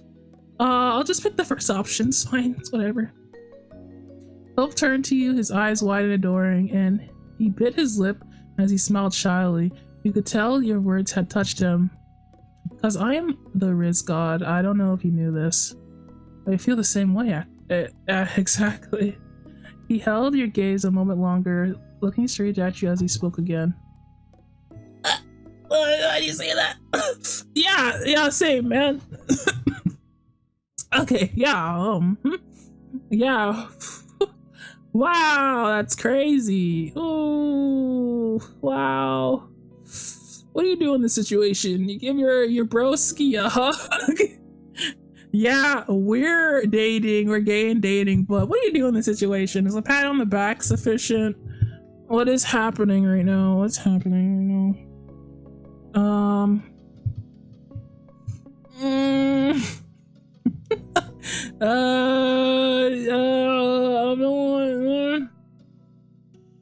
Man. I'll give him yeah, I'll give him a fist bump. I'll go leave back away. Yeah, man. Anyway, I gotta head back. I gotta head back to our hotel where we share a bed. Yeah. That answer would kill a man. I'll just give him a hug. I mean, that's what I've been doing the entire game. Hope squeaked, startled by the sudden embrace, but quickly warmed to it in response by wrapping his arms around you in turn. You were full of joy. All other concerns and the day-to-day stresses of normal life were squeezing out by it, and all you could think of that moment was how your life was wonderful. For a second, and every day needed to end sometime, and that time had nearly came for tonight. You had to get at least some rest and bring it all to a close. Please go. I'm begging you. Speaking of clothes, you know, I just gotta give my man a fist bump. What, you don't kiss your homies goodnight? Oh, thanks for stopping by, Kai Shoji. Love to have you back anytime. And so the two of you went inside to say goodnight to your moms, as well as clean yourselves up as best as you can. Your moms, both in pajamas, ready for their own sleep, hooted with laughter as you came inside, disheveled and damp, and their teasing continued until the car came to get you to the hotel. Phil stayed silent as he put on his casual clothes again, placing the formal ones back in the bag he brought them in. You've given Mom and Ma plenty of material for mock scolding, and you got a playful lecture about not getting into the water without bothering to change first. Listen, I didn't know it was the moment. The moment. You weren't there. You just grinned at your partner in crime, feeling like a naughty kid again. Oh, we're so naughty. It had been worth it. We're back at our hotel. Oh, Jesus Christ. That was a long day. By the time you and Cole finally dragged yourselves to the hotel room for the night, the sky had been dark for some time and the lonely hotel hallways were quiet. The late hour made you feel a sense of fulfillment. You really were making the most of your trip. It was such an odd thought that this was almost over. It settled into this new routine naturally. All the familiar streets and faces made everything easy to get used to. So listening. Two of you drowsily scuffled past an ice machine and into your room. Oh, we did, huh? Bill started settling in for the night. The hotel room was a welcome sight after a long day. Face the consequences of your actions? No! I don't wanna! Also, I told him that his dad gave me $20 to talk to him and he started crying. and then when he told his father that what he had learned, his father just was like, gave me a wink and a thumbs up, like, thanks Donny, you let me get away with it. I wanted to punch this man so hard. I hate that man. Mr. Cliff Holden. I'll never forgive you for this. And he wasn't crying because he was sad. He's crying because of the fact that I had to keep it a secret this entire time, which is just silly reason to cry. He's such a crybaby still. Anyway, this whole segment has been a roller coaster ride for me. Oh, thank God his clothes are back on. You will notice Clove rubbed the back of his neck and yawned. His voice was quiet and distant. I hope the pet sitter is doing good. Oh yeah, we have a cat and some fish. Well, I didn't get to say what our pet was, but yes, fish. The wish wasn't exactly directed to you. It was just a sleepy thought that Cove had unleashed upon the world at large, but you still agreed. I hope so too. So listen. Cove still kept fish after all these years, delightful, colorful things in huge aquariums. He had a lot of time when he wanted to relax just watching them swim. I get that. You also adopted a pet who you love dearly. Your home was a lovely place full of critters that both of you cared for. That's why with both of you gone, it had been important to find a decent pet sitter. Cove's anxiety about leaving them hadn't subsided. Aww. Over the vacation, you had caught him a few times texting the pet sitter and asking about his fish. I so get that. It'll be okay. Yeah, daijoubu ne. Close turned his head to you, the nervousness still coming off despite his exhaustion. I know what you mean, but you chose that person for a reason. You trust them. But they're all fine. They just miss you. Cove smiled, appreciative of your comfort. He nodded in satisfaction. Mission accomplished. Cove yawned widely. Seemed confused about the magnitude of it. He groggily blinked at you. I think it's time for bed. I think so too. What a long day of you being a ridiculous goober. He squinted at your wrist as if to look at the watch. That's what I do! That's so weird. I wonder, I guess I'm not the only one that does that, but I don't own a watch, but I always look at my wrists as if to look at a watch. Yeah, it's bedtime o'clock. I've never owned a watch in my life. The two of you got changed and brushed your teeth. In no time at all, both of you were cozy and ready to sleep. After that, you flopped on your side of the shared bed. Cove headed over to his side and you felt the master's dip under his weight. Tucked yourself under the covers and Cove snuggled in closer to the middle. Turned on your side to face him. I love the going to bed simulator. In this simulation, you will be going to bed. Here we go. Here's a detailed instructions. You turned on your side to face him and scooted slightly closer. Your nose is almost touched. And Cove watched you with a soft expression on his face. So listen. Cove gently spoke, his words like a lullaby. Aw, good night, Cove. Night! Frickin' nerd. Cove's positive. Nerd positive.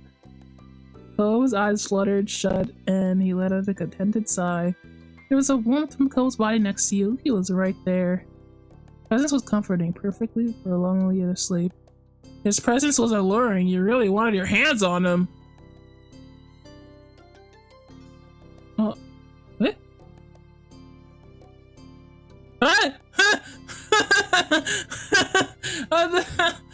Wow, yeah, no. So listen, chat. What should I pick? See, what should I pick? What should I pick? What should I pick? I'm gonna take my hands off the wheel here.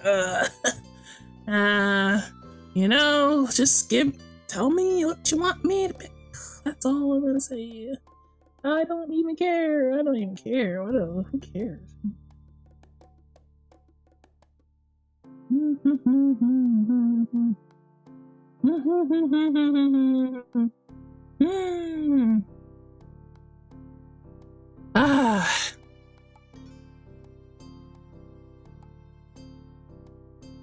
Why? Why won't you answer me? Okay. Well, let's think about it. Let's think about it with all our might here. With this, we'll just end the day, right? We'll just go to sleep. I can't go with your heart. I'm gonna strangle you, Angel. I'm literally gonna strangle you. I'm gonna save.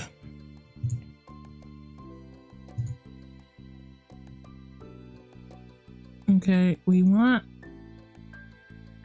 what we want. What do we want? What do we as a collective want? I know what I want. I want to go to sleep. Not think about this anymore.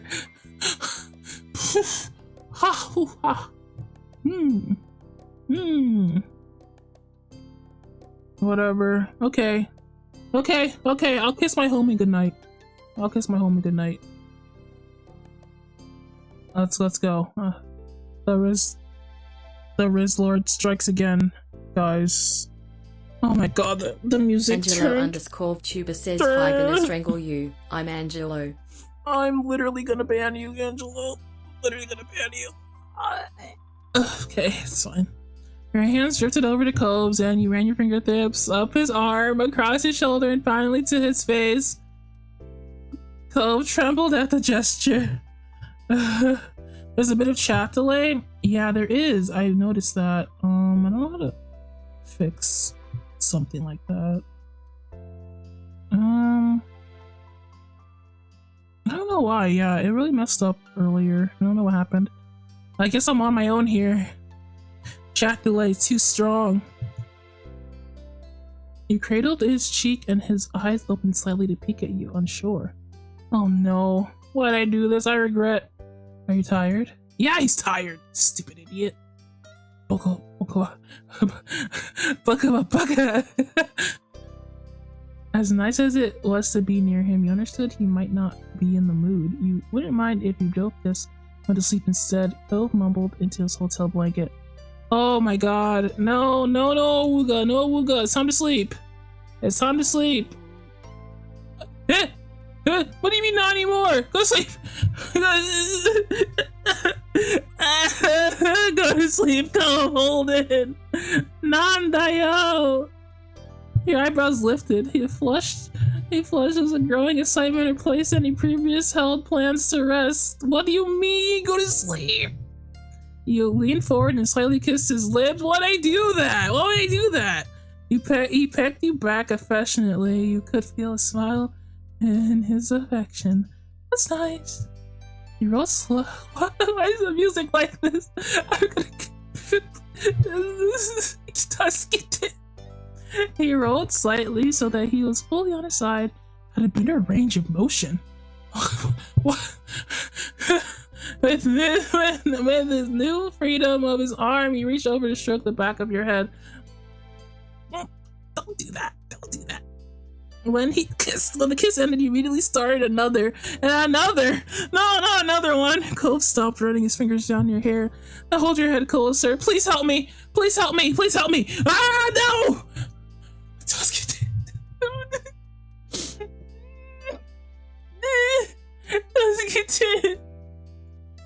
What have I done? What have I done? What have I done? What have I done? What kind of games are you playing on Twitch.tv? I don't know anymore. I didn't mean to do this. I didn't mean to. We can't. Wait.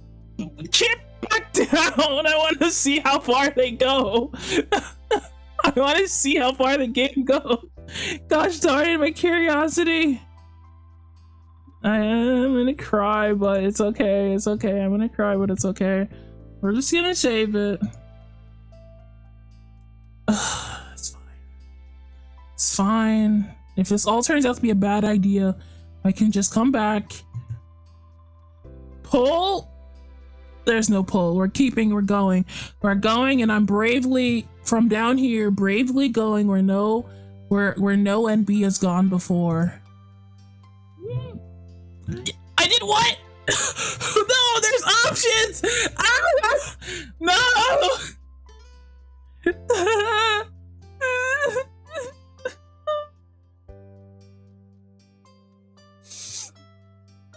No, not options. Okay. Okay, what are the... What's happening? I didn't know the game was like this.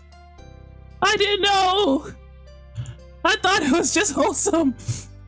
You kissed him deeply, you grabbed onto his shirt, you hooked your legs around him. You did what? You harlot. You kissed it down his neck. You grabbed his what? This is Christian server. This is a Christian server. You nibbled his ear. You pressed your foreheads together affectionately. Oh, that sounds nice. That sounds nice. Shut up, Jobies.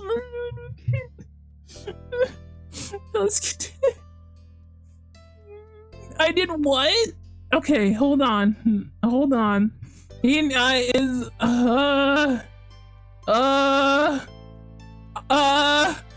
are all terrible options, guys. I'm gonna cry. Okay. Okay, no, okay. Okay.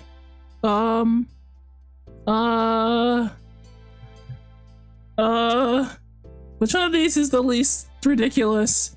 I'll just kiss him. Okay, we're already kissing. We're still kissing. That's all we're gonna do. Yeah, there we go. We're gonna keep going. You snaked your arm around Kobe and pulled him as close to you as you could. You savored the heat of his body against you. Nanyo. You pressed into Kobe as long as you could manage before needing air. He responded just as desperately. Nanda, we're doing more. You're still underage.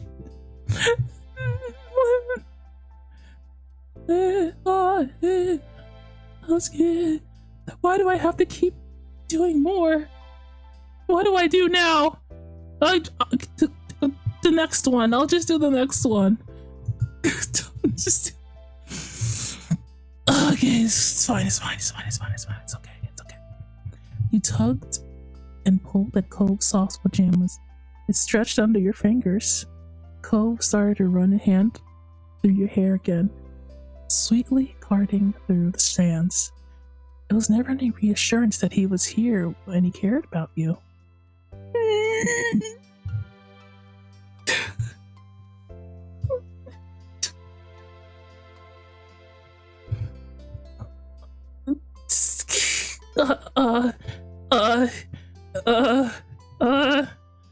Tiny, can I open my eyes now? No, just close your eyes. Close your eyes, my child.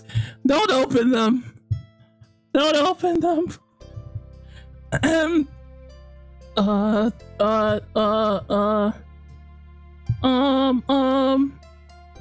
What do we do? I am having a lot of emotions right now. We're just gonna keep going. You tangled your legs across Cove. You needed to get even closer. Oh no, he didn't. No, he didn't. He twisted your arms around your back and kissed the corner of your mouth. No, why would he do that? I'm pressing every option. I'm pressing every freaking option. That's what I've decided, so I don't have to make an actual decision. He bent over, the covers wrapped around you, and kissed all the way across the side of his neck. Cove squirmed under your touch and made a new pleased noise with every touch. Shut up, Cove. What the hell are you saying? Shut the hell up. You slid your hand down his back, lingering and caressing as you pleased. However, your touch had a purpose, and you kept going until you grabbed his butt. I'm crying. A shiver went through him, and he gripped your pajamas harder. You smiled at the curve of his lips. No! Okay, we're almost done. Everybody shut up, we're almost done. You press your chest against his until it was earlobe, peppering it with soft little bites. Cove spoke breathlessly and audible words against the crick of your neck. Oh, that's nice. That's great. Great stuff, guys. Cove happily looked back at you before he bent his torso, but he was in a position more over you. Shut up, Jobies! He kissed you and ran his tongue along the bottom of your lip. Did what? Where I am a Christian, sir. You kissed him back eagerly, encouraging further. Cove twisted his head towards the pillow and squished his face into it. He let out a sigh. You smiled and snuggled up against him, both of you starting to settle from the heated moment. Cove's face remained pressed to the pillow, and you watched his chest rise and fall visibly. With his deep inhales, his arms stayed around you, holding you close. So this man. When his breath slowed, he shifted back over and met your eyes. Can we go to sleep now? Cove nuzzled his cheek against you lovingly and whispered, "We really shouldn't stay up all night, huh?" You were so dismayed. You accepted Cove's judgment. He was right. You both needed to sleep for tomorrow.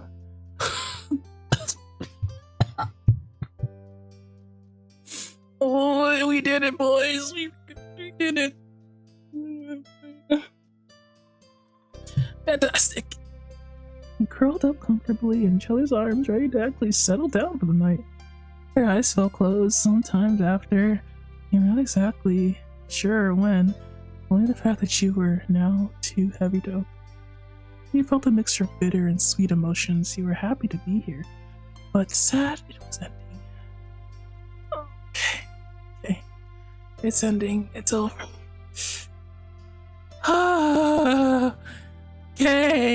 Okay, well. The Rizzler strikes again. That's no issues for me. I'm so used to it.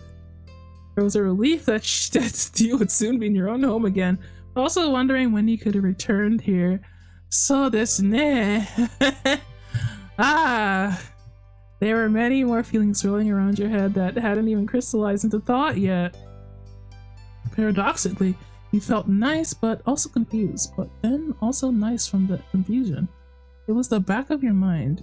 in the back of your mind, you realize that you really must be tired.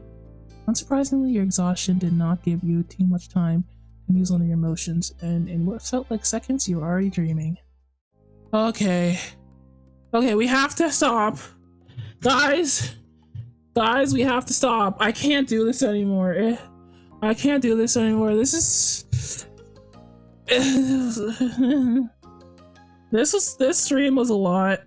We haven't gotten married yet. When are we gonna get married? When do I give him the blue feather that I got from the mountaintops? This is not how Story of Seasons told me it was gonna be like. We have to stop. I'm saving. Okay. Great. That was so much fun, huh, guys? Yeah, just so much fun with the dang thing here. No, we're stopping. And that I won't be back until Tuesday. and then yeah, that's it, guys. Yeah. So see, but let me see if there's anybody to raid. I mean, I'm delayed quite a lot. I don't know if I should raid. It might end the stream prematurely or something like that. I'm just gonna end it.